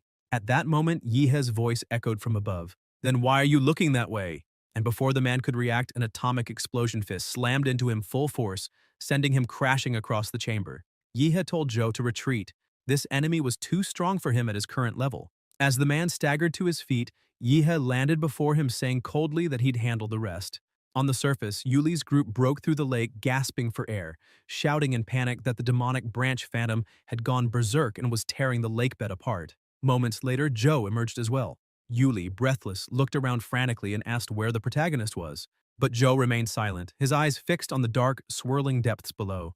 Suddenly, an immense amount of radiation began to pour out from the lake. A giant figure wrapped in radioactive energy emerged from the water, holding something at the tip of its finger. The high-level warrior who had caused all the chaos was completely carbonized by the radiation. The group watched from the shore, confused, seeing only a colossal silhouette amid the thick smoke. Little by little, the mist cleared, and Yihe appeared at the lake's edge, borrowing some clothes from his companion. After dressing and stepping out of the water, Joe asked what that explosion had been and what they had just witnessed. Yihe replied that it was the warrior's own doing. He had used a plasma bomb to try to destroy everything along with the demonic branches. Joe grew uneasy, saying that a plasma bomb wasn't something easily obtained since it was military equipment. He wondered who that man could be to have something like that, as the explosion had seemed even more powerful than an ordinary bomb. And, besides, he had seen a giant in the smoke. The protagonist tried to brush it off, claiming there had been no giant and that Joe must have been mistaken because of the explosion's flash. Internally, Yihe thought how lucky he was to have hidden it. If anyone found out about his new ability, it would cause serious trouble. He recalled that he had accidentally crushed the warrior and caused everything to implode, having no idea where the body ended up. But at least he'd obtained the core of the phantom of the demonic branches. With the situation resolved, Yuli and her group prepared to leave. She approached and apologized for getting him involved and for making him handle everything alone, promising to repay him once they left the secret realm. Yeho waved it off, saying he'd count the favor she did earlier as payment, and that if she insisted on giving him something, she'd just owe him again. After the group departed, the protagonist looked at Joe and they both laughed, saying it was time to hunt more monsters. 3 days later, at the entrance to the secret realm of the Red Tree Mountain, the two emerged, and were stunned. In just a few days, the area had turned into a city, complete with metal structures and even cargo planes flying overhead. They were amazed by Zia's infrastructure capabilities, calling it insane. Yehe then took out a huge sack of cores and dropped it on the counter. The impact was so strong that the receptionist scolded him, saying he could have broken the table. The protagonist laughed and apologized, explaining that he had too many items and that if they didn't hurry, the process would take too long. She told him not to worry. They were professionals and would handle it quickly. Yihe took a deep breath and began pulling from his spatial ring several heavy sacks full of materials until the last one was finally set down. The startled receptionist asked if he was done. He smiled and confirmed, asking her to finish the counting soon since he needed to buy some medicine. Later, at the Spiritual Medicine Evaluation Center, people were amazed, commenting that the leaf he brought was at least 300 years old, of 7-star quality, and grew in hidden places that even professional herbalists struggled to reach. Others remarked that his luck was absurd. He'd even found a liu flower, the main ingredient for crafting a sea qi pill, and that even the lesser medicines were worth at least 30 million yuan, given the current market shortage and rising prices. They said he could become rich overnight. One of the doctors scolded them, saying it wasn't luck, and that speaking that way was disrespectful. Amid the commotion, the protagonist explained that the white and green magic cores were useless to him, so he planned to sell them. He added that while fighting the Beast Tide, he'd obtained 5 rank 3 monster cores and a high-level green core with golden patterns, the one from the Phantom of the Demonic Branches. After selling everything, the total reached 27,507,000 yuan. He left satisfied, saying he'd sold all the cores and now only needed to deal with the spiritual medicines. Suddenly, a car stopped right in front of Yihe. An older man stepped out and greeted him politely, introducing himself as Li Yutian, the owner of Pinghe Pharmaceuticals. He said he'd heard that the protagonist had obtained a large amount of medicinal materials from the secret realm of the Red Tree Mountain, and that it would be great if he could sell them all to him, promising to pay above market price. Yihe thought that even though his information had gone public, the news spread too quickly, but it didn't bother him, since he needed to sell anyway. The difference was that now he wouldn't have to look for a buyer himself. The deal was completed swiftly. After the purchase, Yutian got back into the car and said that if the protagonist found more medicinal materials in the future, he should come to him without hesitation. The total sale amounted to 7,450,064 yuan. Yihe muttered to himself that even with all that money, he couldn't increase his strength by even 10%. The available cores and genetic options on the market no longer worked well for him. He sighed, realizing that his skill model was too demanding. Blood jade fruits, advanced generic potions, supplements, all extremely expensive, and he couldn't afford them all now. Then he remembered something. There was another way. He recalled martial arts, for during the entrance exam he had defeated Qingshu using only the Demora skill model, but that was nothing compared to the true power of martial arts. He decided that mastering them would be his next step. He ran off, asking Mr. Deng to wait for him. Upon arriving at the #1 high school of the city, he entered the principal's office. The principal greeted him enthusiastically, poured him tea, and even began massaging his shoulders, saying he hadn't expected to see him back so soon. The protagonist asked him not to be so formal, but Deng replied that he was doing so because Yihe was the top student in the entrance exam, a true role model for him, the teachers, and the entire city. Yihe took out a bottle and handed it to the principal, explaining that it was some medicinal wine he'd received from the Pinghe Hall. He stressed that it wasn't a gift, but rather a token of gratitude for the honor of Xia.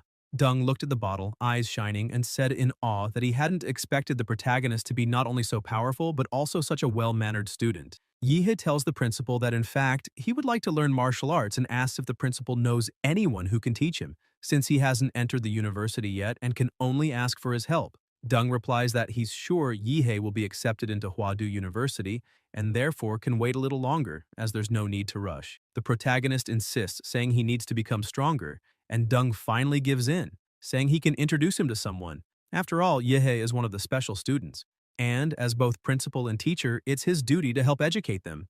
Yihe starts praising him, saying he's really glad that teachers like him exist in the world, which makes the principal happy and flattered by the compliment. The next afternoon, the protagonist receives a phone call informing him that he got what he had asked for.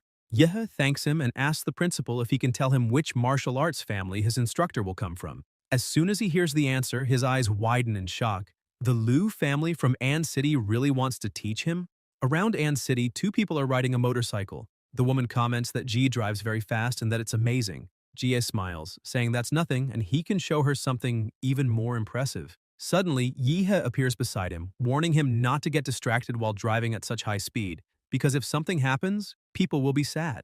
Ji panics and starts yelling, cursing the protagonist for scaring him nearly to death and asking how he dares to compete in speed while riding a bicycle. He accelerates the motorcycle even more, saying that no matter how strong Yihe is, he'll never beat him in speed. The woman gets even more excited, saying this is way cooler.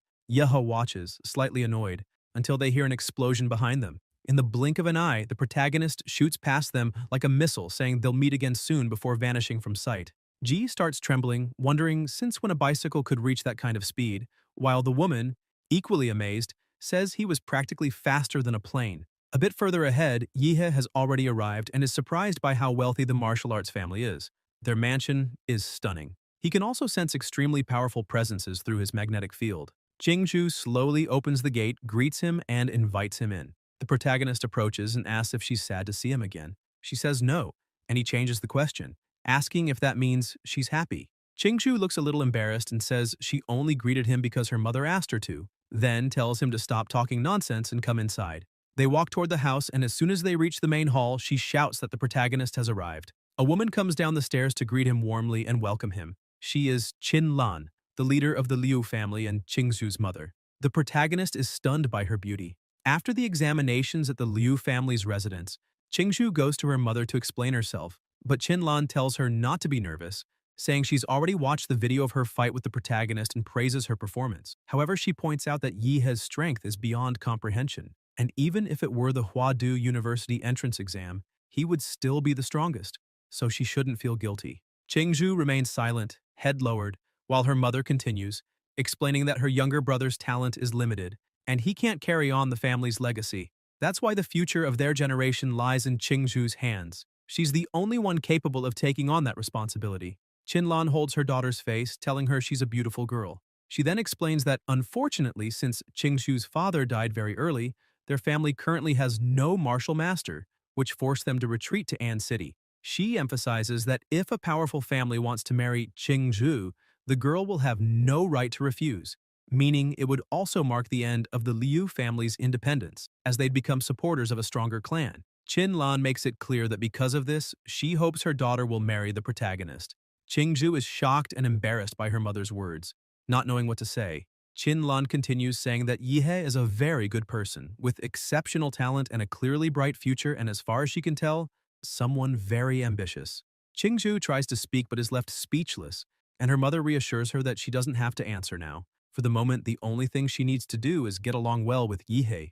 Back in the present, the matriarch of the family welcomes the protagonist, who bows respectfully and presents her with a small gift. Qinlan gets straight to the point, saying she heard from the principal that he wants to learn martial arts. Yihe confirms, and she informs him that Qingzhu will be his guide for the time being. The protagonist looks surprised and suspicious, wondering why the matriarch agreed so easily. Qinlan takes the gift, walks past him, and explains that her daughter will take him to the martial arts pavilion. Since nothing can be taken out from there, he'll be able to stay inside all day. She emphasizes that there are 3 supreme martial arts techniques at the back of the pavilion, and whether he manages to learn them or not will depend entirely on him. Yihe shows respect and thanks the Liu family for everything they're offering. The matriarch is impressed, thinking he's expressing gratitude to the entire family rather than just to her personally. To her, that feels like a promise of commitment, which is a very good sign. Because of that, she hopes to see him again in the future. The atmosphere between the 3 turns a little awkward as Qinlan keeps observing the protagonist,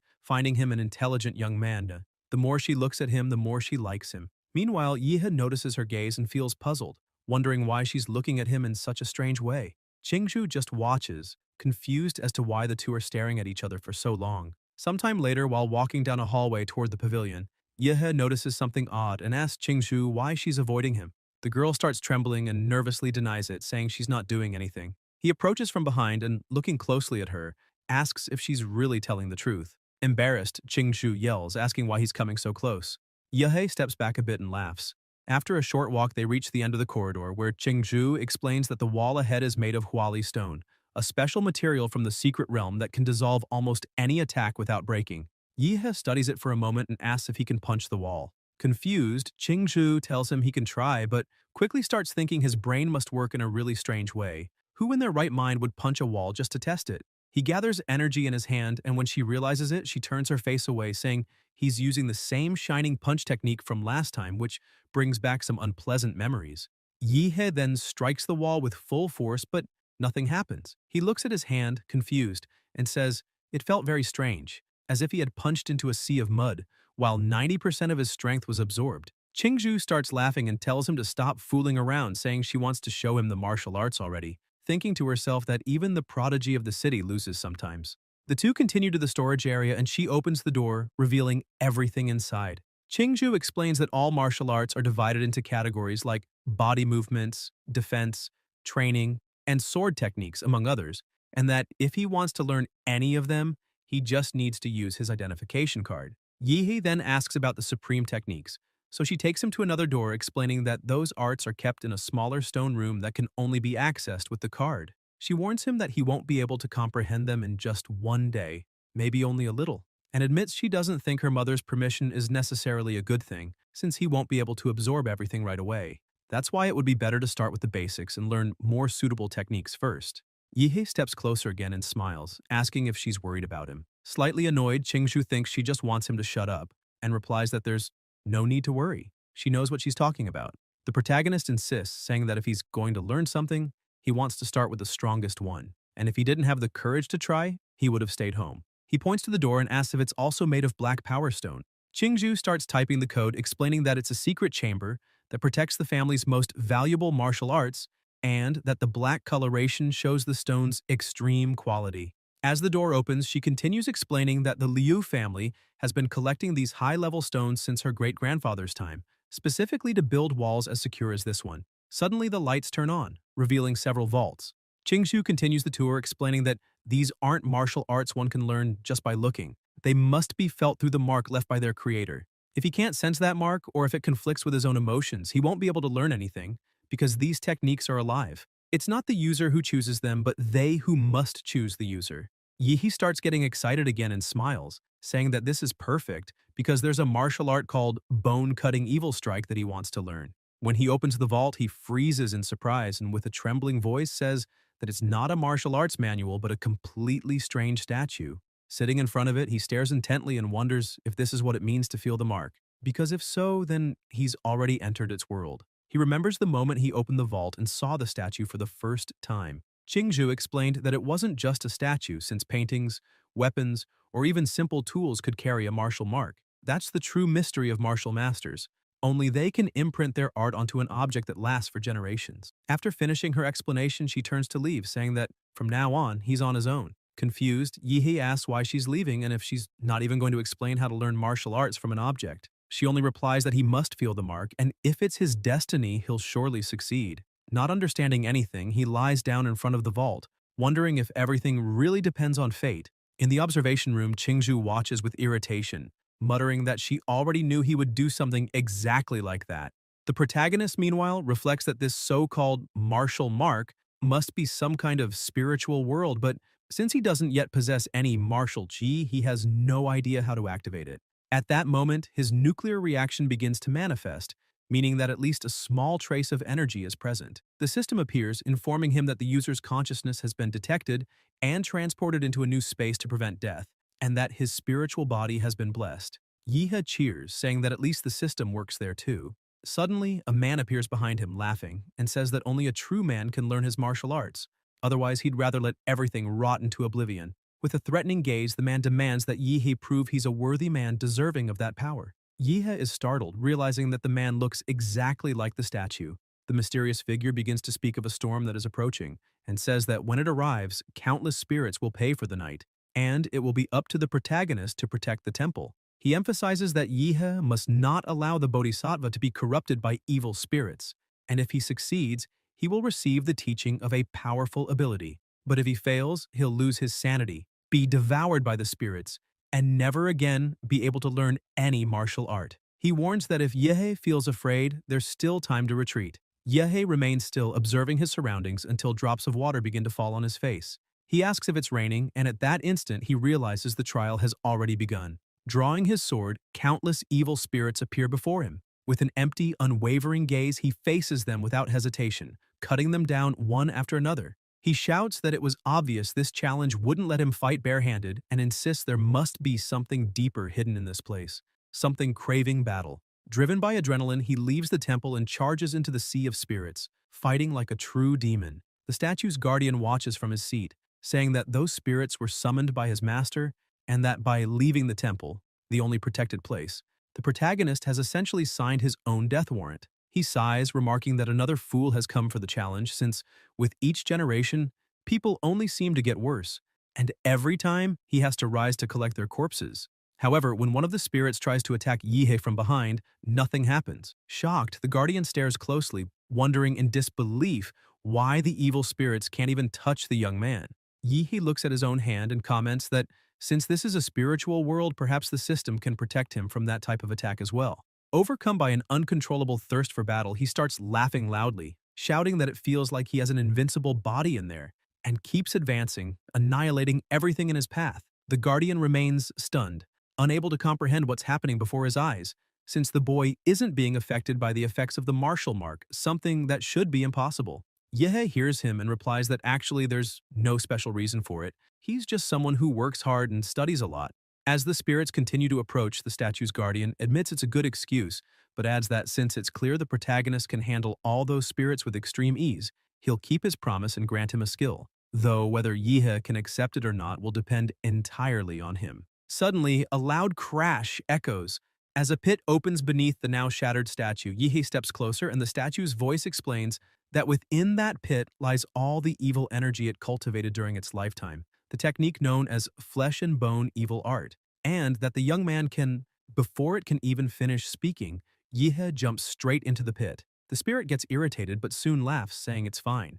After all, this is the first time someone with such a bold personality has appeared. In his prime, that man had been a hero who purified S-rank secret realms, living and dying by the power of the flesh and bone evil art. As he aged, his chi and blood began to weaken, and the evil spirits he carried lost control, killing countless people around him.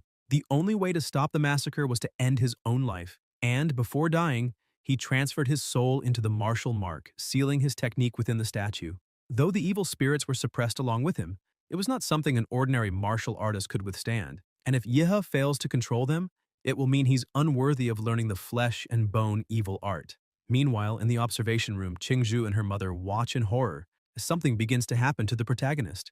Qingzhu yells in panic, asking what's going on. She suddenly stands up, staring at the screen, and comments that when Yehe first fell asleep, he seemed to be smiling as if having a pleasant dream, but now he's writhing in pain, even bleeding. Qinlan explains that Qingzhu's grandfather once obtained that martial art by chance, and in his final days tried to practice it, but was rejected by the statue and suffered severe internal injuries. Since then, no one in the Liu family has ever been able to master it. Because the power of that technique is immense, the pain in acquiring it must be as well. And since the protagonist chose the flesh and bone evil art, Suddenly she stops talking, eyes wide in disbelief. Yehe simply wakes up, as if nothing had happened. Qingzhu laughs and tells her mother that it seems his attempt to learn that martial art went a bit differently. The matriarch stays silent, frozen by the anomaly before her. Inside the spiritual world, Yehe bows respectfully to the statue in gratitude for the teaching, calmly absorbing the evil spirits around him. The statue remarks that the protagonist is the most talented person he has ever encountered in his entire life, and that perhaps Yehe will uncover the truth about the secret realms, a mission the Liu family has never been able to accomplish. Because of that, he decides to entrust everything to Yehe. The young man laughs, saying he's not that talented, since he basically cheated during the trial. Even so, all the power of the flesh and bone evil art now belongs to him, and though his system stats haven't increased, he has completely mastered the technique, doubling his combat power at the very least. Shortly after, Qingzhu and Qinlan rush into the room to check on him. The matriarch anxiously asks if he managed to learn it. Yehe smiles and replies that he learned everything there was to learn. Qinlan is shocked, shouting and asking how that's possible, since everyone in their family who ever tried to master that art remained unconscious for at least a week with their souls trapped inside the martial mark. Yet he was gone for only a few hours, or perhaps even less. She stares at him, unable to believe he truly mastered the flesh and bone evil art. Yehe acts naturally and Qingzhu looks at him, thinking that people often call her a genius, but she's nothing compared to that monster. The protagonist notices their doubt and says that apparently they don't believe him, so he'll give them a small demonstration. He releases all his power looking like a true demon king as waves of energy and evil spirits surge around him. He explains that these are the spirits he gained within the martial marks realm, and if he had to compare it to something, he'd say it's like a game bonus, capable of amplifying his energy and strength even further. Qingzhu stands frozen, saying that his power is truly incredible, unlike anything she's ever seen. Qinlan, on the other hand, almost melts, gazing at him with admiration and saying in a soft, enchanted tone that he really is an extraordinary man. Yehe feels a bit awkward, thinking that the lady should probably be more discreet, especially with her daughter standing right there, and that he doesn't want to end up being compared to a prime minister. Excited by his progress, Qingzhu asks if he would like to learn other supreme martial arts since there's still plenty of time left. Qinlan brings a hand to her face, thinking her daughter must be pretending to be stupid. After all, not long ago she said she didn't want to marry the protagonist, and now she's practically offering him all of the family's greatest treasures for free. Although the matriarch is already betting everything on Yehe and even considering accepting him as a son-in-law, she knows they can't just hand everything over to him at once. The protagonist, however, politely declines, saying there's no need, as the flesh and bone evil art is more than enough for now. He adds that he needs to rest since he has things to take care of at home and is exhausted. Chinlan, still clearly interested in him, replies that it's fine and he can leave whenever he wants, but she recalls the maid mentioning that he arrived by bicycle and asks if he knows how to drive, offering one of the family's cars for him to use. Yihe thinks for a moment and says that a motorcycle like that idiot's seems way cooler, then asks if they have one to lend him. The matriarch laughs, confirming that they do, and asks if he really prefers a motorcycle, noting that his tastes are surprisingly similar to her younger son's, before offering him one from the boys' collection. Meanwhile, outside, Jie is walking across the property, commenting that he heard his mother brought in some incredibly strong guy to train there, and that he's eager to meet him personally. He says his sister is talented and beautiful, a rare twin born only once every few hundred years, and that she shouldn't get involved with just anyone. At the same time, he grows irritated remembering that strange guy on the bicycle who sped past him earlier, scared off the girl he was flirting with, and hopes he never runs into him again. But suddenly, the protagonist roars past him on one of the family's motorcycles. G turns around, nearly in tears, shouting in outrage, asking if that isn't the exact same guy from before, and why on earth he's riding one of his bikes. By nightfall inside his house, Yihei is preparing his meal and mutters that the monster core he ate last time didn't taste very pleasant. So this time he'll pour some sauce over it and start with the blue one. The system appears and reports, user Yihei, current physical percentage 23.8, model Demora Wild Trace, compatibility 21%, model Super Humanoid Giant, compatibility 85%, available points. Yihei looks satisfied, noting that he's managed to improve his stats and even gained some bonus points. He remembers that the last time he used the giant model in the secret realm, he reached nearly 50 meters in height, but compared to the monsters there, colossal as mountains, he was still small. Determined, he decides he must become even bigger and allocates all available points to the giant model. He then picks up the branch monster's core and declares that it's time to consume it. The moment he swallows it, an enormous surge of energy spreads throughout his body, radiating across the entire room. The system appears again, stating, Model, Dimora Wild Trace. After absorbing the genetic material of a plant-type life form, a special mutation has been created. Would you like to accept the model mutation? Yahi is stunned, realizing he's unlocked a new mutation, meaning his skill model can now gain new attributes. He reflects that if it's positive, it'll be amazing, but if it comes with drawbacks, it could be dangerous. Even so, he decides to accept, saying that it doesn't matter. He'll find out what it is by trusting his own luck. Another wave of energy erupts, and the system congratulates him for unlocking the S rank of the ability model. Yihei watches in awe as the system continues. When the Demora Wild Trace model reaches 100% compatibility, there will be a 2% chance of evolving into Demora, Star of the Universe. He gets excited, repeating the name and saying that Star of the Universe already sounds ridiculously powerful, though he still needs to reach maximum compatibility, and for that, he must focus entirely on Demora. Suddenly, he notices something strange outside the house. The intense glow makes him wonder if some kind of terrorist attack is happening nearby. Outside, the army has taken over the city, shouting orders to seal every exit from the park and let no one escape, demanding that soldiers search every corner for something, or someone. Inside, Yihei remains seated calmly, watching all the commotion outside and remarking that the owner of the house is an antisocial type, so no one would visit him at this hour. Besides, he hasn't ordered anything or expected anyone, which makes him wonder who could possibly be out there. He turns around and asks the woman if she knows who it is, seeing her standing by the window with a teasing smile. She comments that, judging by the situation, he really isn't an ordinary martial artist.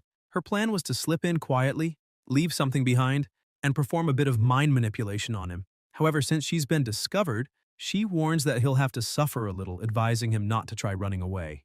Yihei merely lowers his head and calmly replies that it doesn't really matter. He's already saved enough money and can just buy another house. The woman frowns, confused, asking what he's talking about.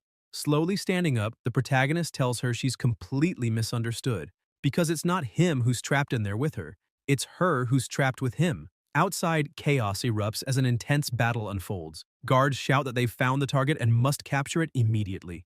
A severely injured man, Zhou Yi, yells to Yimei that she must take the golden gene away, declaring that he'll stay behind to cover her escape. Laughing, he unleashes his power, saying that sacrificing his life is his best choice, as he activates the secret technique Burning Blood. Suddenly, a colossal wave of energy bursts through Yihei's house window, as if a Kamehameha had just been fired. Something crashes down near the guards, triggering a devastating shockwave. They back off in fear, asking if there's another enemy in the area. Zhou Yi, burned all over, looks at Yi Mei and asks why her white battlesuit now looks charred. He reminds her that he's risking his life to help, and demands to know why she's just lying there.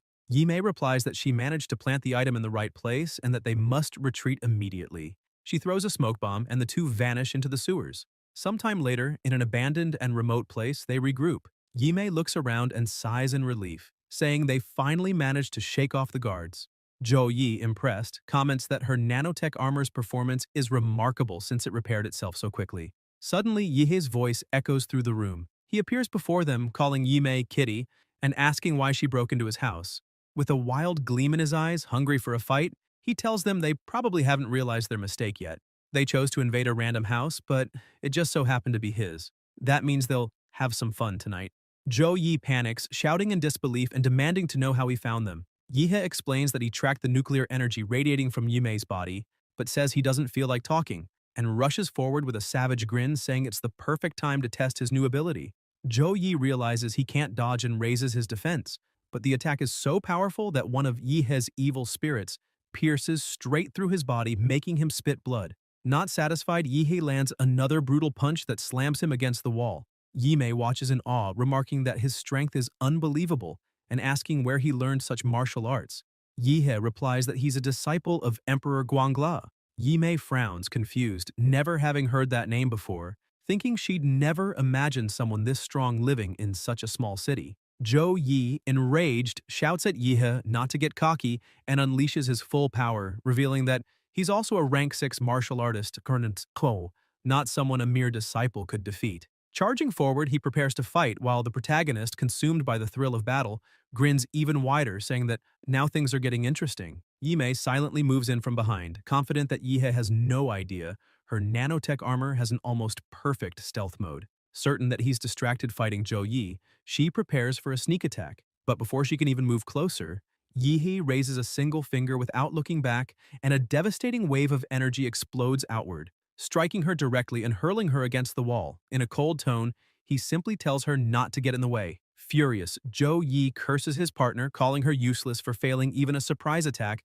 and declares that he'll have to finish this himself. He charges with everything he has, while Yihei keeps laughing, taunting him to try. When their attacks collide, a shockwave shakes the ground, but to Yihei's surprise, his opponent withstands the blow without backing off. He frowns and asks how Zhou Yi's defense suddenly became so high. Zhou Yi smirks arrogantly and reveals that his true form has extremely tough skin and a rhino horn, mocking Yihei and asking if he really thinks he can still win. He explains that not only has his defense skyrocketed, but his offensive power has also greatly increased. With a feral roar, he lunges forward, unleashing a devastating strike. But before the impact can land, a colossal explosion engulfs the entire field. Even surrounded by fire and destruction, Zhou Yi keeps charging ahead, screaming furiously for the protagonist to die. After the attack, silence takes over the place.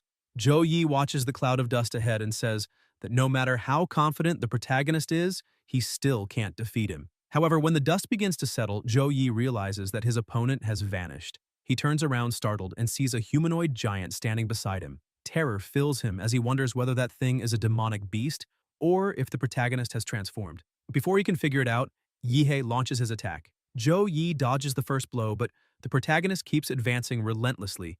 At that moment, his giant anthropomorphic form has an average physical attribute between 238 and 294. Yi Mei watches as her companion takes the hits and, terrified, admits she was an idiot for messing with that man, realizing that if things continue like this, Zhou Yi will be beaten to death. Unable to flee, she decides to fight. She quickly climbs one of the buildings and, with a leap, throws a wire that wraps around the giant's head, shouting that it's a molecular line made with her nanotech equipment, strong enough to cut through stone itself. Even transformed into a giant, he would still have the same human weaknesses. Using all her strength, Yi Mei pulls the wire and decapitates the giant. The head falls beside her and she sighs in relief, asking if it finally worked. Suddenly, Yihei starts gathering energy in his mouth, and Yi Mei trembles in fear, saying that Guy is a real monster. A devastating blast tears through everything ahead, crossing the sky, and the last thing Yi Mei sees is an endless blue light. Back in human form, the protagonist emerges from within the giant's head and walks toward Zhou Yi, who is wounded and leaning against the wall. Yihei says it's his turn now. Zhou Yi, powerless, calls him a monster, and Yehei replies that it's only natural for those who kill to be ready to die. The attacks continue until, before dying, Zhou Yi says that if he's going to die, he'll take the protagonist with him. He reveals that the woman Yihei just eliminated had hidden something in his house, the so-called golden gene. With his body torn apart, he laughs uncontrollably, shouting that it now belongs to the protagonist and that he will be hunted for eternity. Zhou Yi provokes him further, saying he'll be waiting in hell before being finished off by Yihei, who declares he runs from nothing and no one and tells him to shut up. Looking around, the protagonist notices the destruction and remarks that the police are probably already on their way and that he needs to clean up the mess. Seeing the massive hole he blew through the building, he admits he went overboard. Later that night, back in his apartment, Yehei sends a message to Qinlan asking how things are with the police. She replies that for now, everything's fine, but the atmosphere is tense, and he should keep quiet until classes start at Huadu. Yehei tells her not to worry, reminding her that he knows how to take care of himself. He tosses his phone onto the bed and mutters to himself that it was good he talked to Qinlan before the police arrived, because with the nuclear energy he left at the scene, they wouldn't have let the case slide easily. Holding a vial in his hand, he wonders if this is the golden gene his enemies mentioned. He recognizes the symbol on the vial, the same one he saw in the Prometheus file received from someone in Huadu. It was the logo of Laserbird, a biotech company. Apparently those two people had stolen the vial and were on the run, but in that idiot's final words, they ended up dumping the problem onto him. Yihei looks at the hole in the wall and decides it's better to spend the night in a hotel before figuring out what to do. The next day, in the Rank B secret realm in the inner region of Swan Lake, a group of adventurers had just finished clearing out some monsters. A woman with a braid asks her companion how the loot was, and he replies that it wasn't bad. He made some profit. Suddenly, a thunderous noise echoes through the area, and the woman, startled, calls for the captain, saying something's wrong. When everyone turns around, they're horrified by what they see. A massive horde of monsters has begun to gather, and among them emerges a colossal creature advancing toward the group. The sky grows dark, the air heavy, and the pressure around them changes drastically. A rank 5 supreme beast, known as the sinful-eyed bloodwolf, has appeared. The adventurers panic and start running, shouting that they must warn the military immediately because a supreme beast leading an entire horde is something capable of wiping out a city. They decide it's urgent to contact the martial masters, but as they flee, they can't understand the reason for this attack. Supreme beasts rarely leave their territories. So why were they invading a low-level zone? One of the monsters that had just risen glares at the group and lets out a deafening roar. Several stones begin to float and shoot violently toward them. The adventurers run as fast as they can while one of them tries to reach someone on the radio, shouting that there's an emergency at Swan Lake. A supreme beast has appeared, and the horde is spreading rapidly, requiring immediate reinforcements. Before he can finish the message, a stone strikes him square in the chest. On the other end, the operator confirms the appearance of the supreme beast and calls for an immediate response. But only silence follows. Amid the chaos, the sinful-eyed bloodwolf rises, letting out a grotesque laugh, and commands all the monsters to advance. A portal opens before them, revealing the city on the other side. The sky darkens above the buildings and the general alarm sounds. A massive horde of monsters is approaching from the Swan Lake secret realm toward the city. Time until impact, 20 minutes. Military forces are dispatched to the area and all nearby martial artists are summoned to the front lines, along with anyone capable of fighting. Panic spreads among the population. People rush desperately toward the subways while officers struggle to control the crowd, urging calm and announcing that special trains have been reserved exclusively for children and students. The future of the city, which must survive if Anne is to fall. In the mayor's office, the man, overwhelmed by despair, asks his assistant if reinforcements have been requested and whether more troops are on their way. She replies that the problem isn't limited to their city. The horde is large enough to cause mass destruction, and even neighboring cities without proper defenses are scrambling to prepare. Mayor Qing asks about Huadu and whether they can send a martial master, but the woman reminds him that Guanshan, the neighboring city, is facing an outbreak of creatures from an S-rank realm, and several elite members have already been dispatched there. Qing realizes there's no time to waste. The battle for Anne has already begun and they will have to fight alone. Meanwhile, at the Chu Dojo, Yihei and Zhou are training together. The protagonist lands a powerful punch on his friend, sending him flying backward. Smiling, he remarks that Zhou has improved since he was able to withstand that blow. Sweating, Zhou asks since when Yihei started using the black turtle style. He replies that it's been about a month, but he's still perfecting it, then teases his friend, saying maybe Zhou's the one who got weaker. Joe fires back, insisting he hasn't weakened. It's Yihei who's gotten absurdly stronger. Suddenly, a loud boom echoes outside. Joe, confused, asks what's going on. His phone starts vibrating and an evacuation alert appears on the screen. We are prioritizing the boarding of Ann City students. Proceed immediately to the airport for flights B521 and D753 or to the station for train A423.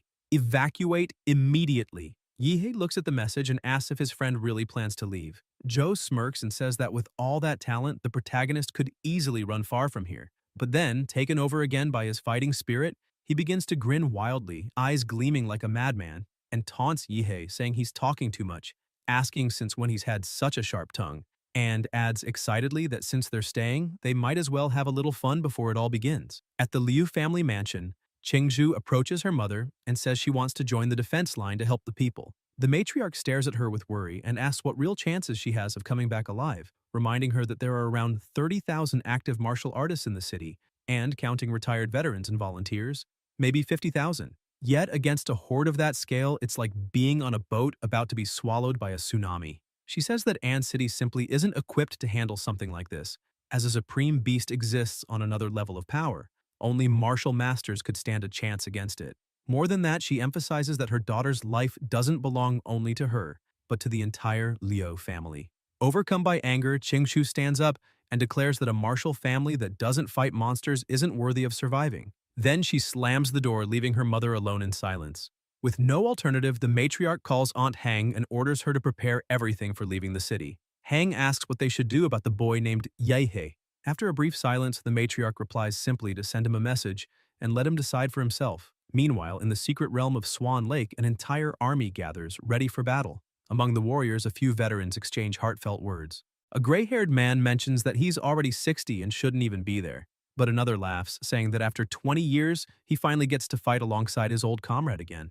A frontline soldier approaches and jokes, reminding him it's been 20 years since his friend lost his leg in that battle. He asks old Zhang if when all this is over, he plans to live with his son and retire in a fancy neighborhood. But Zhang laughs and replies that he won't. He'll stay right there, sitting in the square and playing chess, because he was born in that city and that's where he'll die. The young generation and the old veterans march side by side, showing the strength and pride of Ann City. At the entrance to the secret realm, the army is already in position. The commander shouts that they are the city's last line of defense and cannot allow a single monster to pass through the portal. Mayor Qing, present at the site, announces that about 60% of the military forces and all available martial artists have already entered the secret realm. He explains that the Vanguard's mission is to gather information about the beasts, their strength, numbers, and rankings, and that they must return alive to report everything. Suddenly, a man staggers into view, covered in blood, crawling until he collapses on the ground. The mayor rushes to him and calls for immediate medical aid. With what little strength he has left, the warrior raises his hand and hands over a blood-stained flash drive, saying it contains all the battle data from the Vanguard unit. Desperate, Qing asks where the others are. With a trembling voice, the man replies that they're all dead. Tears welling up in his eyes, he says the beasts crushed the entire battalion, leaving not even pieces of his fallen comrades behind. He mentions the black-eyed ape, saying that if it hadn't been for him, at least 100 men might have survived. Before anyone can react, a massive boulder shoots through the portal and crashes into one of the nearby buildings, debris falling onto the mines scattered on the ground. The mayor realizes the danger and shouts that the enemies are trying to trigger the mines. A chain of explosions shakes the battlefield. The commanders confirm it's a direct attack from the secret realm and order all available firepower to be launched at the portal. The weapons roar, filling the air with smoke and flashes. However, the mayor notices something strange. The monsters aren't coming out. That can only mean they're trying to weaken the human forces from a distance using coordinated tactics. He's shocked and asks since when those beasts started using strategies like humans.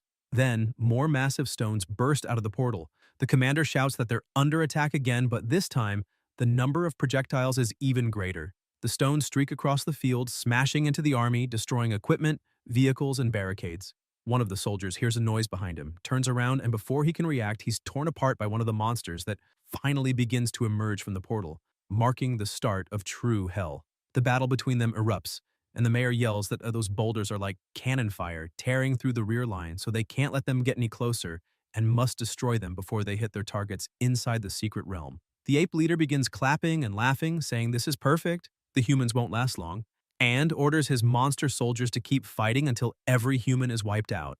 The clash between the two armies grows ever more intense, with the monsters gaining the upper hand and annihilating everything and everyone ahead of them. A bit farther away, on top of a building, the protagonist watches everything and wonders what will become of that city after this day. Annoyed, he mutters that just when he was counting on the city, this had to happen. And because of that, he won't let the monsters destroy everything they've fought to build. He leaps from the building and merges with his beast. Meanwhile, Jinyuan looks at Zhuan in awe, saying he never disappoints, since he's already taken down 5 monsters on his own. Xiaoling starts boasting, saying they're getting too cocky for defeating low-ranked beasts, and asks Zhuan if he's seen the city's #1, calling him a joke. Zhou approaches, and everyone is shocked to see a blue core in his hand, asking if he really took down a rank 3 monster alone. Zhou replies that he honestly didn't expect to run into them there.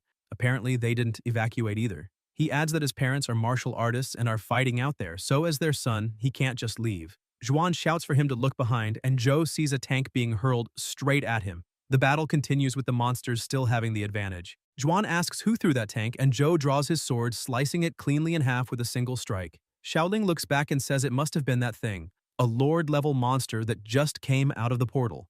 Zhou tells them to calm down and notes that it's not a logical ranked beast.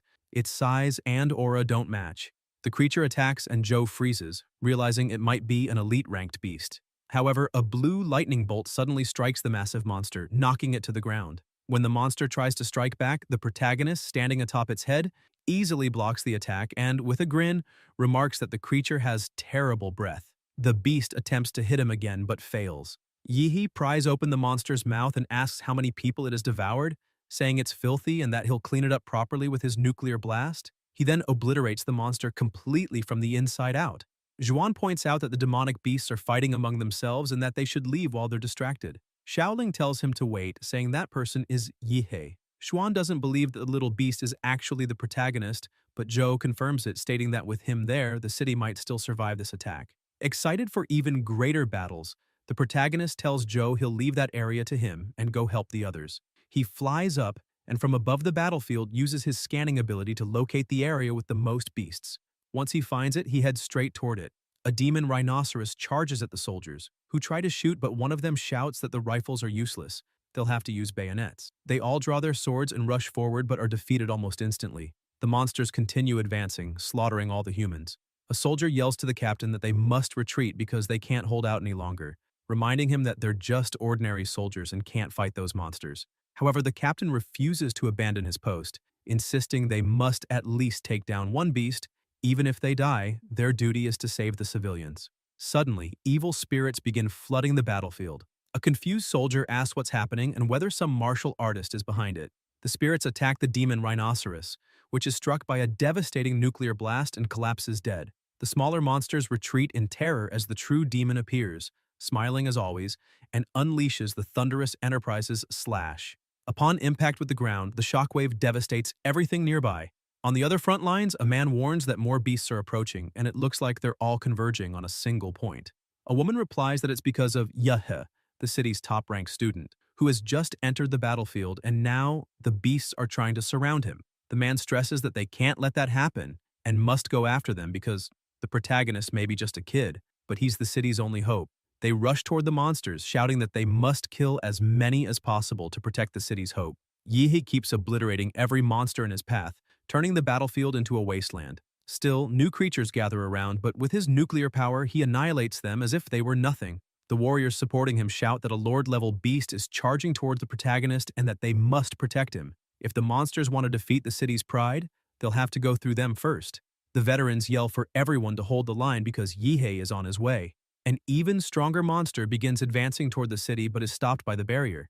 The mayor does everything he can to protect everyone, but realizes that the Earth Vein seal alone won't be enough to hold back those beasts. He concludes that he must eliminate the leader to end the invasion. Moving swiftly, he climbs the barrier and tries to attack Qing, but Qing kills him effortlessly. However, when he turns around, Qing is horrified to see a gigantic monster looming before him, the mountain giant crocodile, a rank 4 beast and a royal class species.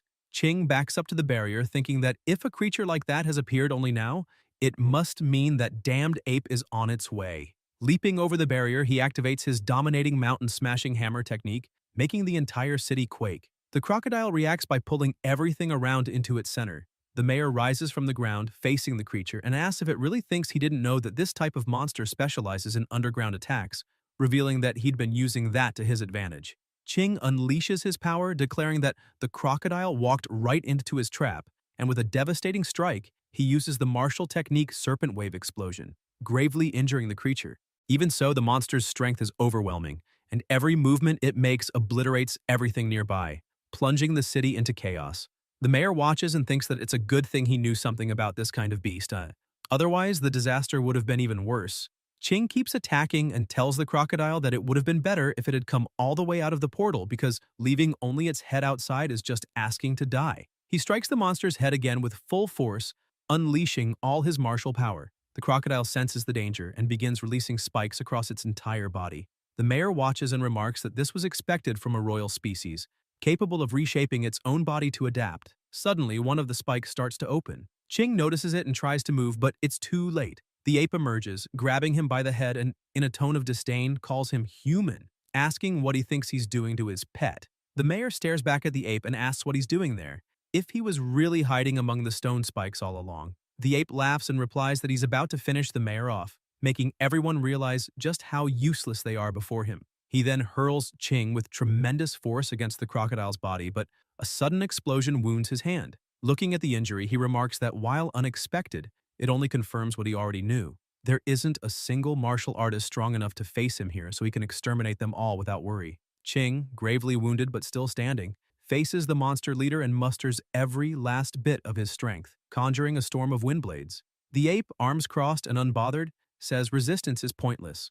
The mayor is only delaying the inevitable. He adds that there's no opponent worthy of him on this battlefield and that everything has become just a game to toy with humanity, spreading fear and destruction. With a cruel smile, he says he enjoys watching the despair written on human faces. Ching ignores his taunts and unleashes his attack with all his might. The blades strike the ape, but he doesn't even flinch. He descends slowly, mocking that it was fast but far too weak. The next moment, he freezes midair, releases his aura, and with blinding speed, tears through the city's ruins, appearing right in front of the mayor. Ordering him to kneel, he declares that an insect like him doesn't deserve to look him in the eyes. With no options left, the mayor simply glares at his enemy, and the ape delivers a devastating blow that slams him into the ground. To his surprise, Ching is still standing, unwavering, staring straight at him. The ape asks if he feels no fear. Ching, struggling to breathe, braces for another attack and says that this piece of trash may be intelligent, but in the end, it's still just an arrogant beast.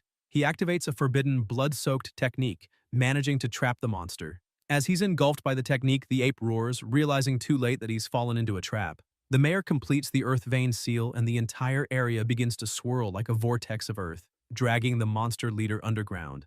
The beast roars, asking if this was really his entire plan, mocking him for thinking he could bury him alive. He claims Ching won't be able to sustain the seal for long. When it fails, he'll return to annihilate every human. Ching smiles weakly and replies that it's not as if that was his only plan.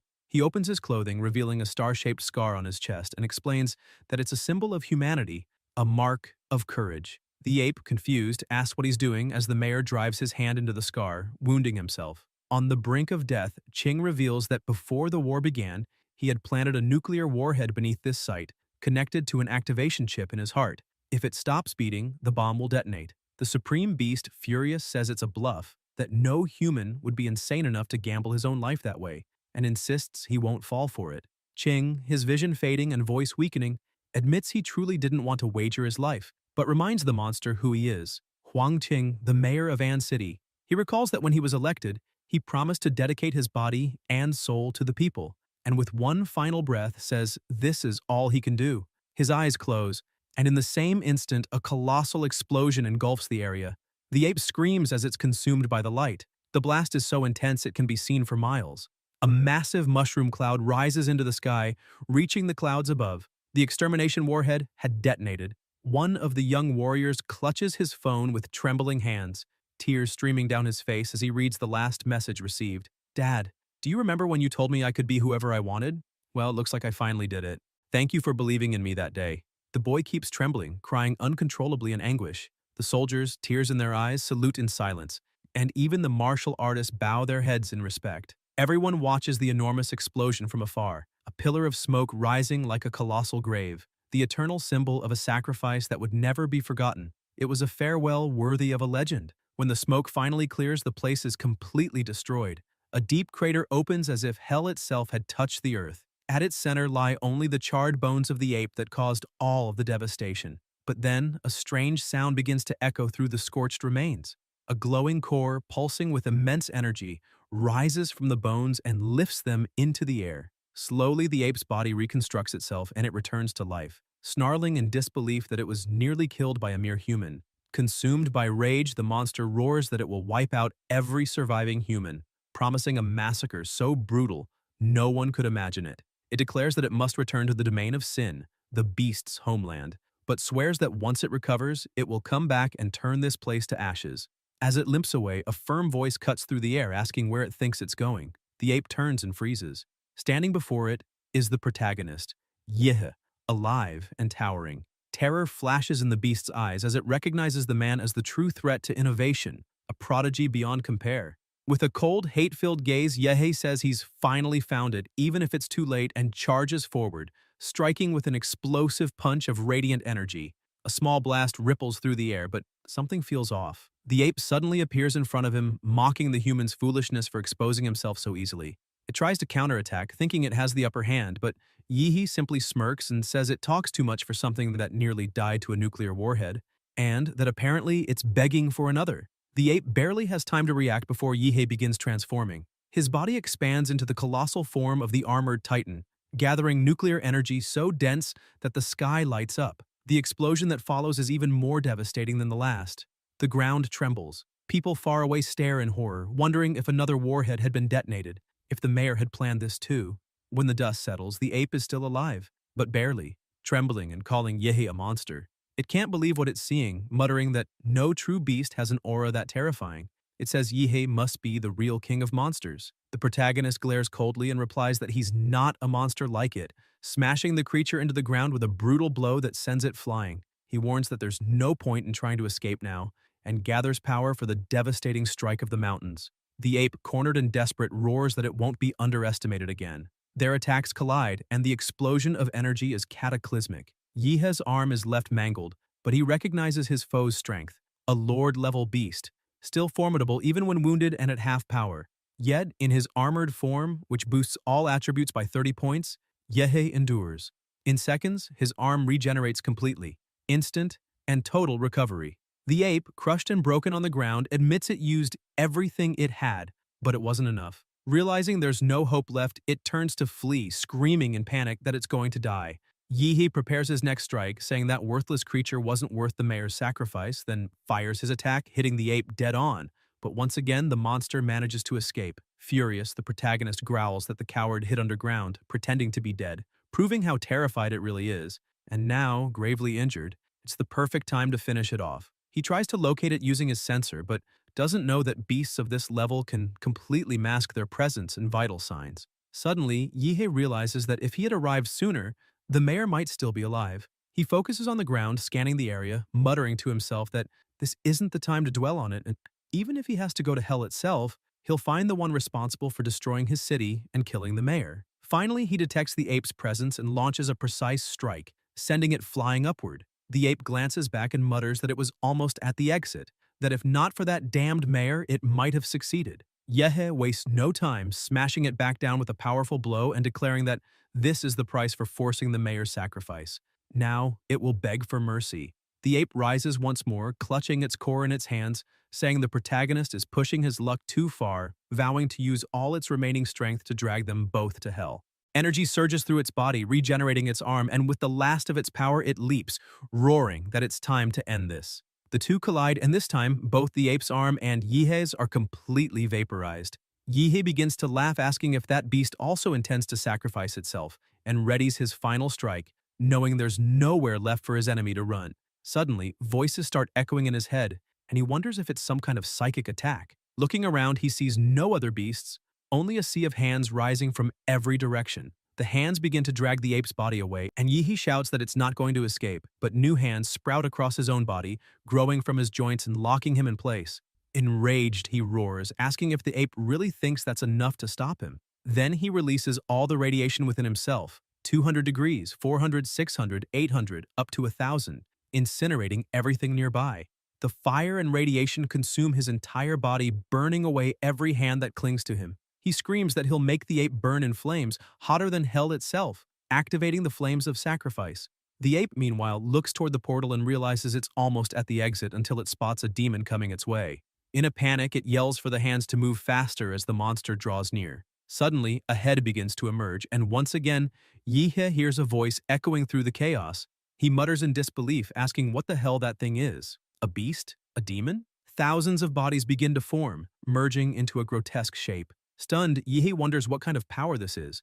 Could it be a lord? If this is its true form, he admits he might be in real danger. Amid the ruins, the head takes shape and opens its eyes, unleashing an ear-splitting roar. Even with his giant form's auditory system disabled, the roar reverberates inside Yihe's mind. He bursts from the giant's mouth, climbing out of his own body, shouting that after everything the monsters have taken, they still think they can just leave the city as if nothing happened. Fueled by rage, he swears he won't allow it. Channeling all his nuclear energy into his core, he injects it directly into the monster's body and is flung clear immediately after. Smirking, he raises a finger and says that this is a little gift from the city, its house specialty, a nuclear bomb. The giant's body begins to swell and explodes with a cataclysmic force, far greater than the two previous blasts. From afar, people watch in shock, shouting that the secret realm's portal just exploded and that something terrible is happening. Some believe the beasts have lost control, while others think the mayor actually succeeded. Chaos spreads as voices cry out to stay alert, that the mayor's sacrifice cannot have been in vain, that the city still has a chance. Gradually, the situation settles, and many speculate that what they saw was the black, blood-eyed gorilla's body colliding with the portal's boundaries, breaking the beast's advance. Either way, the invasion of the secret realm had ended. Martial artists swept through the city, hunting the remaining monsters, fighting non-stop for a full day and night until the last creature was slain. The battle for Ann City was won, but at a devastating cost. Around 80% of its defenders had perished. In the Swan Lake realm, the site of the nuclear blast, Yihe lies on the ground. He opens his eyes and wonders how long he's been unconscious, remembering that he used all his nuclear power in that final attack. The air is still thick with radiation and atomic energy, as his body slowly regenerates its outer shell. Looking around with sorrow, he murmurs that the battle was a true massacre. The mayor had lured the gorilla into the blast zone and kept it trapped there, sacrificing himself over and over to ensure the beast's end before it could regenerate. Because of that, Yihe realizes the infinite monster model is immensely powerful, but still no match for a sovereign-class beast. Struggling to his feet, he admits that this time victory came through terrain, timing, and luck, but next time, he might not have those on his side. He also doesn't know when he'll get his next model or whether it will even be gold tier. Fusing with the Thunderstar Titan model still seems like the fastest way to raise his combat power, but he'll need high-level plant-type monster cores compatible with fusion, especially blue, purple, or golden ones. Moreover, he must fully master the Zhuanhuang martial arts, because if his model can synchronize with martial rhythm, that will be the key. Watching the sunrise, Yihe reflects that Zhuanhuang techniques evolve slowly compared to his model's abilities, but their potential is far greater, and perhaps that's the very reason he was brought into this world. A month after the crisis, a statue of the mayor was erected in the city center as a symbol of his bravery, loyalty, and strength. Sitting on a bench in the square, Yihe watches the news reporting that waves of beasts have struck 18 cities across the Xia nation, 12 of them completely annihilated. Among them is Guanshan, now linked to an S-class secret realm, shrouded in an undetectable gray mist. The Great Finch organization of Xia has dispatched 30 Zhuanyu-level martial artists and 5 grandmasters led by Du Jingming. It wasn't an ordinary invasion. Even S-class realms appeared. Xia's strongest martial artist, Fu Musheng, has been reported missing near the perimeter of the realm. He entered Guanshan and 48 hours later returned barely alive, accompanied by only 2 grandmasters. For now, Guanshan ranks 12th worldwide in casualties with over 1,800,000 dead. Shocked, Yihe mutters that not even Guardian-ranked martial artists are enough anymore. For the first time, he wonders if humanity on the Blue Star can truly survive, and the thought alone unsettles him. He immediately calls Qinlan, saying he needs her help. The matriarch, curious, asks if he's after the other 2 Xuanhuang manuals of the Liu family. Yihe laughs, asking if she really thinks that's all he wants, then clarifies that it's not just about the manuals. He also needs help collecting high-quality plant-type monster cores, preferably blue, purple, or even gold level. Qinlan frowns and replies that he's asking for the rarest of the rare, Lord-class cores worth a fortune. then questions what he intends to offer in return. The protagonist explains that Huadu University will soon hold a realm test for new students, and he'll be Qingzhu's partner, helping her claim first place. Qinlan is surprised but quickly scolds him, saying he's underestimating the elites from other cities. Frankly, she tells him her daughter is mid-high level but still far from the true top. Even though Yihe defeated Qingzhu in combat, he's still nowhere near the real monsters who'll be competing. He replies that it doesn't matter. Even so, if anyone can restore the Liu family's legacy and honor, it's him. Then he asks if that's not exactly why she's been supporting him so much. He adds that he'll sign a contract. If he fails to make Qingzhu win, he'll serve the Liu family for life, as a servant, bodyguard, or even babysitter. Surprised and delighted, Qinlan jumps out of bed with a grin and confirms, asking if it's really for life. When he says yes, she happily agrees to help him without hesitation. Later, at a hospital in the city center, people begin crowding around the protagonist.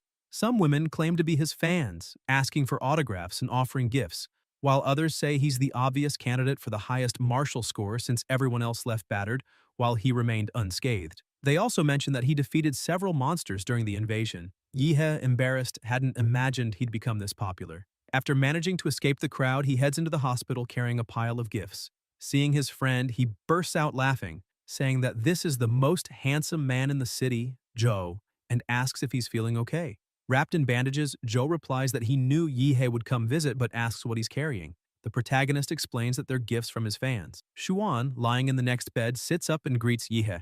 But the protagonist looks confused and asks who he is.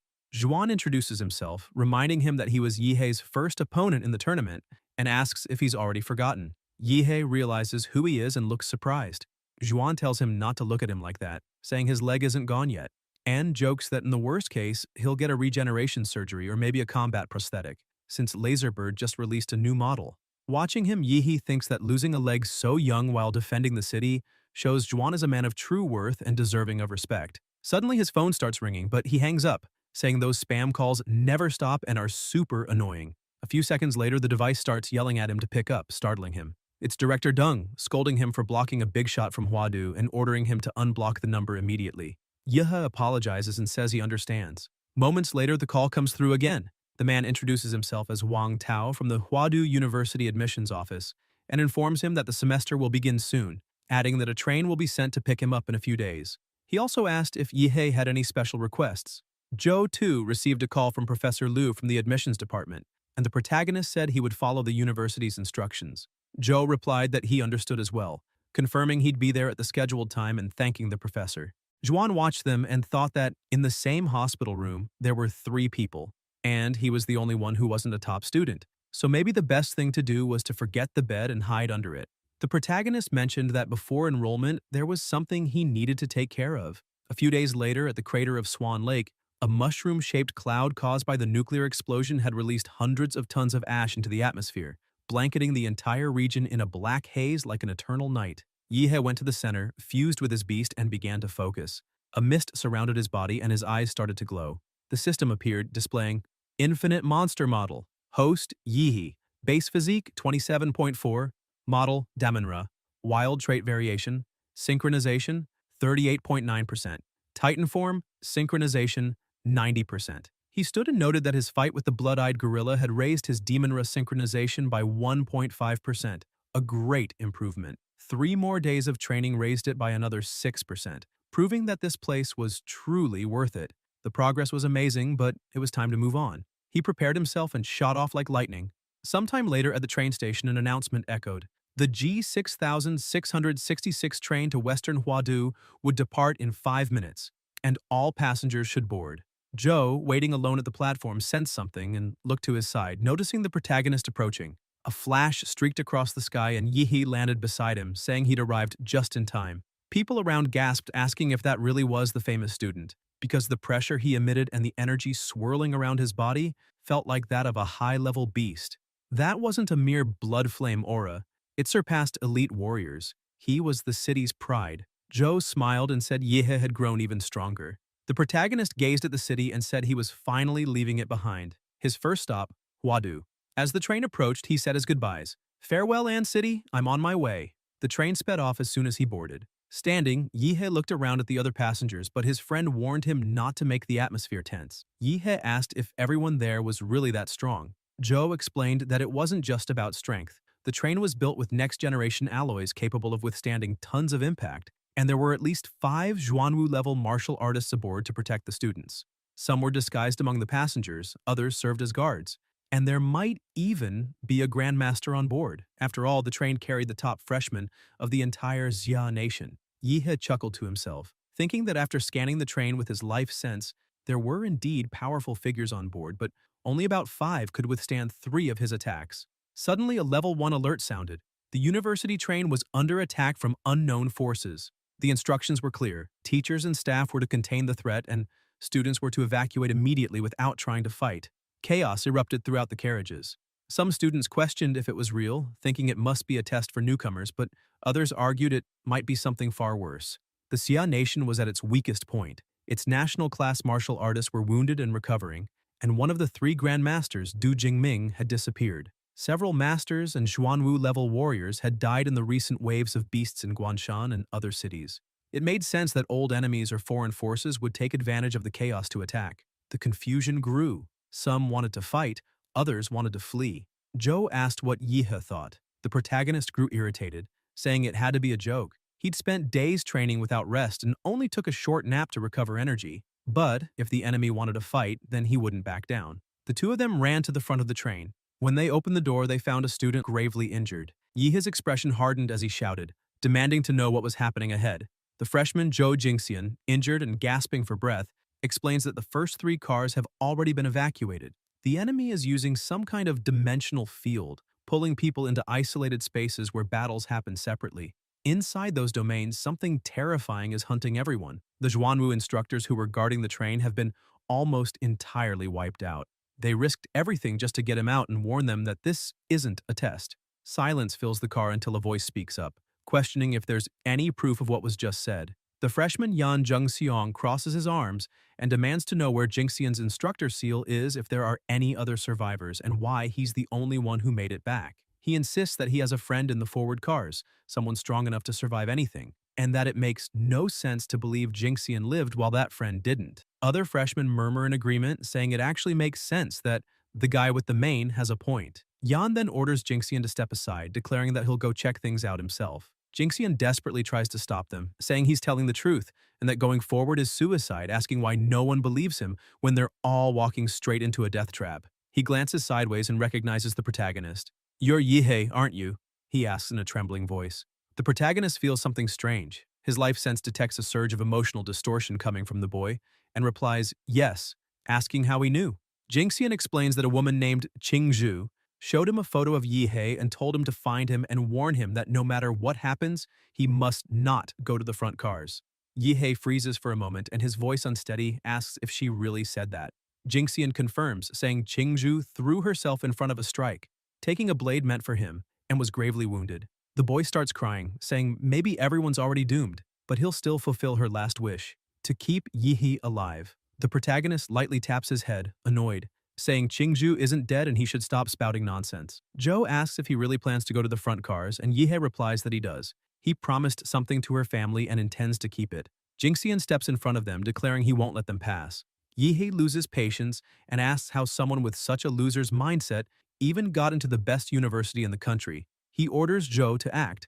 Joe charges forward and attacks, but Jingxian blocks firmly, saying he's trying to save their lives and asking why Yihe is so stubborn, always charging headfirst into every fight that appears. He remarks that Qingzhu is graceful and refined and says he can't understand how someone like her would ever care about someone like Yihe. Enraged, the protagonist snaps and knocks Jingxian out with a single punch, saying he's out of patience for talking. The freshman collapses, trembling, barely believing the power he just felt, strength far beyond his level. Yihe simply tells him to take a qi and blood pill, because he'll need it after taking a hit like that.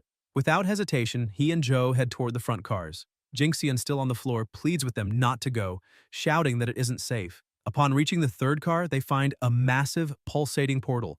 The protagonist studies it and comments that it must be the entrance to the dimensional space Jingxian mentioned. He grabs a suitcase and throws it into the portal, watching closely. No sound, no sign. Not even his life sense can detect what's inside. The first freshman who got there probably already entered. "Interesting," he murmurs before stepping forward and diving in. As soon as he crosses the portal, a sharp pain throbs in his head. He realizes Joe is gone and wonders who's manipulating this domain. Not understanding what's happening, he decides to follow a distant light. When he comes to his senses, he's standing in the middle of a completely destroyed city. His life sense doesn't respond, it's blocked. So he decides to do it the old-fashioned way. Gathering energy, he flies to the highest point. With his nuclear energy condensing, he shouts for the enemy to stop hiding and using cowardly tricks. Then he unleashes a devastating blast into the sky, commanding everything to explode. A colossal explosion tears through the sky, drawing the attention of all freshmen on the field. Even Qing, injured atop a building, lifts her gaze and immediately recognizes who it is, murmuring that she had told him not to show up. On the ground, Yihei watches the flash and remarks that his arrival drew more than just the eyes of his peers. Even the enemies seem to have noticed his presence. Feeling something behind him, he turns and sees a grotesque figure with the head of a pig. Without hesitation, he charges forward, mocking the opponent and calling him a freak. His nuclear punch lands squarely on the pigman's face, but the creature retaliates with a slash across his abdomen. Shocked, Yihei realizes that the opponent withstood the blow without taking a single step back. The pigman is equally astonished to see the protagonist's rapid regeneration. Smiling, Yihei comments that his enemy didn't expect him to heal so quickly, and claims that his abdominal muscles are strong enough to destroy that blade on their own, saying that his strength isn't all that impressive and that, although the weapon was interesting for cutting through his defense like papers, it still failed to impress him. Curious, he decides to investigate further. Opening the enemy's mouth, he releases a nuclear breath inside, obliterating him completely. Holding the pig's head, he laughs, saying he's a simple man who keeps his word. He had promised to rip off that ridiculous mask, and so he did. Examining the inside of the mask, he finds a pendant and concludes that it might be part of a Huadu test, a classic challenge where defeating monsters grants rewards. He also notes that the enemy's weapon was probably reinforced with the chi of a high-level martial artist, making it absurdly sharp. But once that energy faded, it turned back into junk. Looking at the pendant in his hand, he wonders what it could mean and decides he must hunt down more masked enemies to collect their amulets. Suddenly, an arrow wrapped in sinister energy flies toward him. He destroys it before it can get close. Another enemy appears and Yihei, both irritated and grinning, remarks that they're attacking him in a group. Suddenly, a spear bursts from the ground beneath his feet while the archer takes the chance to unleash another volley. Even when hit, he only laughs louder, thrilled, asking if they really thought they could defeat him so easily. Calling them naive, he activates his armored Zodiac unit and a massive beast manifests behind him. In a single strike, Yihei attacks the archer and the impact causes such a powerful explosion that the entire building collapses. The freshmen watching from afar are stunned to see the structure crumble from just one blow. Returning to normal, Yihei walks to the building's base, demanding to know who tried to ambush him. As he approaches, he spots another masked figure, this time with a rabbit face, and realizes he's truly facing the Zodiacs. The rabbit-headed foe bends his knees and leaps toward him. Yihei tries to land a kick, but the enemy dodges with astonishing agility. He's startled to see that the rabbit knows kung fu. The strike is about to hit when a wall of ice rises up, blocking the attack. The rabbit man becomes trapped in the ice, and Joe appears, saying that was close and asking Yihei to leave that one to him. Joe advances, but the rabbit is incredibly fast, dodging smoothly and counterattacking, though Joe blocks and freezes his spear before landing a direct hit that sends the opponent flying. Yihei's killing aura flares behind him. Transformed once more with the Zodiac unit, he grabs the rabbit tightly, saying he finally caught that cute little thing. And in the next instant, another explosion lights up the battlefield. A few minutes earlier, two people were talking atop a building. The woman, watching the chaos below, asks the man why he's so quiet and whether the guy who made that flashy entrance has already been eliminated. The man replies that probably yes. Even their best fighters couldn't scratch the masked ones, since the weapons they wield can cut through anything, making them impossible to face at that level. The woman laughs disdainfully, saying the fool who showed up firing beams of light everywhere must be some lucky bumpkin who got into Huadu by miracle with no idea what he's doing. She adds that the gap between the talents of the big cities and the losers from the countryside is enormous. She's heard rumors that Yan and Ouyang from Modu, Lan Yusi from Chengdu, and Xin Chen from Luli Island have already started hunting masked enemies, though she still doesn't know how they managed it. The man comments that if those names are truly as strong as people say, the top freshman spot will definitely come from that group. The woman disagrees, declaring that the top always belongs to someone from Huadu, because before the monsters from that city, no student from the rest of the Jia nation stands a chance. The martial resources that Huadu's students grow up with are on another level. Suddenly, the sky is torn apart by a blue nuclear explosion, leaving the two completely stunned. The man's eyes widen as he says that beam of light is the same one they saw earlier, wondering if it could be an electromagnetic cannon. Trembling, the woman scolds him, calling him an idiot for thinking such a cannon could even exist there. Elsewhere, Yan and Young also witness the colossal blast. Yan asks what his friend thinks about it, and Young replies that the attack doesn't match the masked one's style, it's probably the work of a freshman. The horse-headed masked man had already been eliminated, and Young notes that, aside from the elites of Huadu, no one else could possess that level of power. Even so, he says it's better to check it out since they have already collected the pendants of the rat, dog, monkey, and horse. Lan Yusi from Chengdu should have the goats, Xin Chen from Luli Island likely took the snakes, and the freshman Qingzhu seems to have defeated the Minotaur, keeping the ox pendant.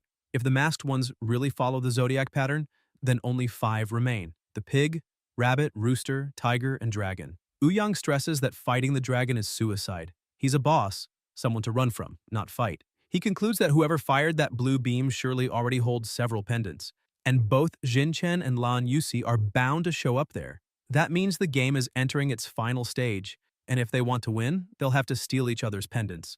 Elsewhere, Yihe holds another pendant in his hand.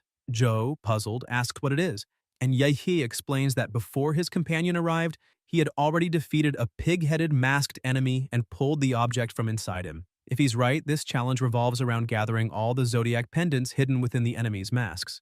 Zhou asks if that means they'll start actively hunting the masked ones.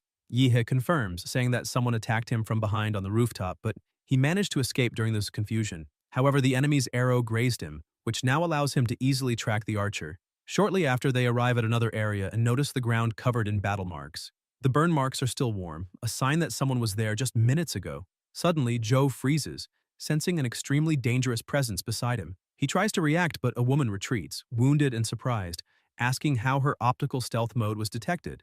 Zhou comments again that apparently the girl had been hiding and plotting something. It was the freshman Lan Yusi. Her partner tells her to step aside and, using the genetic art Flaming Demon Body, unleashes intense heat from his palm, melting the ice coming their way. The freshman Xin Chen says they managed to catch her and remarks that Yusi's stealth mode is quite weak. Yihe approaches, asking if the two were planning an ambush. Yusi tells him not to get the wrong idea, explaining that they had just smashed the face of a rooster-masked enemy and were hiding to lure out others. She lights a cigarette, trying to divert the protagonist's attention, but he stays focused and asks if what they say is true because, if it is, he wants them to explain that. Suddenly, he grabs a clone of Yusi by the neck. Shocked, she admits that even her decoy was detected, and realizes that those two must have some special ability. Chen comments that he already expected that. A sneak attack succeeding too easily would have been boring. He drops the cigarette on the ground and says he'll show them how it's done, inhaling deeply before exhaling a thick cloud of smoke. Yihe and Zhou back away, but Yusi laughs, saying they don't even need to bother running, using her wind ascension technique to propel the smoke rapidly toward them. Chen conjures a fireball in his hand and says he's not done yet. Now it's time to really heat things up. He launches the fire into the smoke, laughing and taunting the two, wanting to see if they'll still be smiling after this. However, Yihe simply claps his hands, dispersing the entire attack around him. Chen is terrified to see that the protagonist erased everything with a single motion and realizes that kind of power is abnormal, questioning what kind of insane physique he has. In an instant, Yihe strikes with the mountain-blocking fist, landing a direct hit to Chen's face and sending him flying several meters away. Yusi feels Yihe's murderous intent and crushing pressure, trembling in fear. She thinks that none of them have yet broken through the barrier to become true martial artists, that they are all still mere disciples with bodies limited by an invisible wall. Even Huadu's freshmen have only a slight edge at this stage, but Yehe seems to be on another level. His body is far beyond what a novice should possess. Suddenly, she's frozen solid, realizing she'd been so terrified by the protagonist's overwhelming power that she completely forgot about the ice user. Yihe keeps advancing like a demon, his monstrous aura dominating the area as his thirst for battle grows. He closes in, and Yusi panics, thinking that even if she and Chen fought together, they wouldn't stand a chance against those two monsters. She tries to escape using her fan, realizing it's pointless to drag this out. She needs to flee as fast as possible. But before she can, Yihe grabs her leg, pulls her down, and slams her to the ground, saying she should stay there so they can have a little chat. He prepares to strike, but she uses the martial art Xuan Huang, Step of the Empty Chaos, to try to run. Obsessed, Yihe acts like a predator chasing its prey, unleashing his evil spirits through the demonic flesh. Binding art, Shadow of the Demon Realm. Yusi's clones are restrained by the spirits, and she screams that her body can't move, demanding to know what those things holding her are. Yihe laughs at the scene, saying it looks like his little prey can neither fight nor flee anymore, so it's time to surrender. Yusi gives up instantly, saying he can have all her pendants. The protagonist collects the two pendants, praises her attitude, and asks her to tell him everything she knows.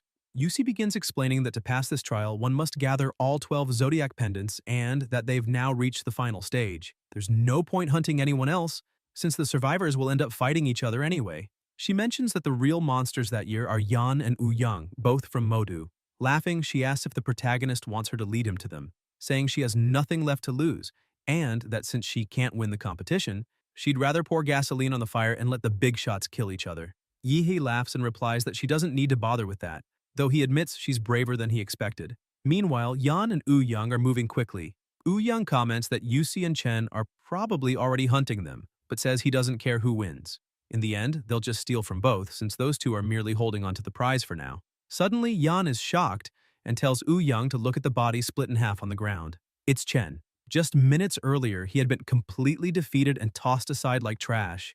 Barely breathing, Chen mutters in confusion that the protagonist is definitely not human and that Yusi has probably already been hunted down too. He believes Yehe must have marked him somehow and is sure that monster will find him soon. With no options left, he decides to join Young and Yan, but then hears footsteps behind him. Startled, he turns and asks who's there. What he sees terrifies him. The dragon appears before him, and in the blink of an eye, he's eliminated. Yan stares at the body, saying there's no doubt Chen is dead, and that such a brutal, precise cut could only have been made by one person. Young cuts in, confirming that only the dragon could deliver such a surgical, merciless strike that kills instantly. Yan finds it strange. The dragon was supposed to be sealed in the underground parking lot. Last time, over 20 people were sent to hunt it, and only 2 came back alive. He says he can't believe what he's seeing. This was supposed to be just a trial, not a massacre, but all that blood is far too real. Young starts to panic. Yan calls his name, asking what they should do since Chen's pendant has also vanished. Young replies that if the dragon is loose, then some condition must have been triggered, probably the one requiring all other zodiac masks to be defeated. And now the final boss is free. Just as the masked ones automatically hunt freshmen, the dragon must now be hunting whoever carries the zodiac pendants. Young awakens his bloodline, stating that facing the dragon would be suicide and their only chance is to gather the remaining pendants before it takes them. Sprouting wings from his back, he takes flight, saying they need to send a signal to lure the other holders and settle everything in a single battle. Meanwhile, in the dead city amid the ruins, Qingzhu is injured, leaning against a wall. She laments that it was supposed to be just a train ride to Huadu, but they ended up trapped in that cursed place where so many freshmen have already been slaughtered by the maniac in the dragon mask. She recalls that the professor found her, but only one of them could escape, and she couldn't bring herself to leave, and not like that. Looking at a photo of her and Yihei on her phone, she says she needs to warn that idiot not to get involved. Exhausted and sad, she wonders if the one who escaped managed to find him, and admits she doesn't have the strength to go after him herself. Still, she believes that with Yihei's absurd power, he'll easily survive, as long as he doesn't cross paths with the dragon. Suddenly, she feels a presence approaching and panics, realizing she's already been found. With her weakened body, she knows she can't run. They must have tracked her energy, and now they're coming for her pendant. In truth, Qingzhu didn't care about the pendant itself, but something deep in her heart told her the protagonist would need them. She knew she stood no chance of facing them head-on, so there was only one option left: lead them straight to him. At that moment, Young finds her. He remarks that he noticed her during the entrance exam and remembers she awakened the phantom bird bloodline, a legendary and extremely rare creature, and that she carries the ox pendant, something he says fits perfectly into his plans. Watching her, he realizes she's heading somewhere specific and deduces she's likely trying to lure him to the dragon's lair beneath the parking structure. Laughing, he calls it naive, knowing the dragon has already escaped and that place is now empty. Determined to act, Young rushes forward, telling Yan to wait for him. He's just going to pick up a little something and will be right back. He speeds down the building floors until reaching the lower level where he faces Qingzhu and declares that she won't get away. But before he can capture her, a voice echoes through the darkness. Young freezes. In front of him, a murderous aura flares so intense it steals the air from his lungs. Trembling, he asks if that could be the dragon, but quickly dismisses the idea, believing the dragon should be hunting other pendant holders. Then terror grips him. If the dragon's targets are precisely the ones holding zodiac pendants, he's in mortal danger. After all, he carries 4 pendants, making him the ultimate prize. He realizes too late that he was far too confident, and now his life hangs by a thread.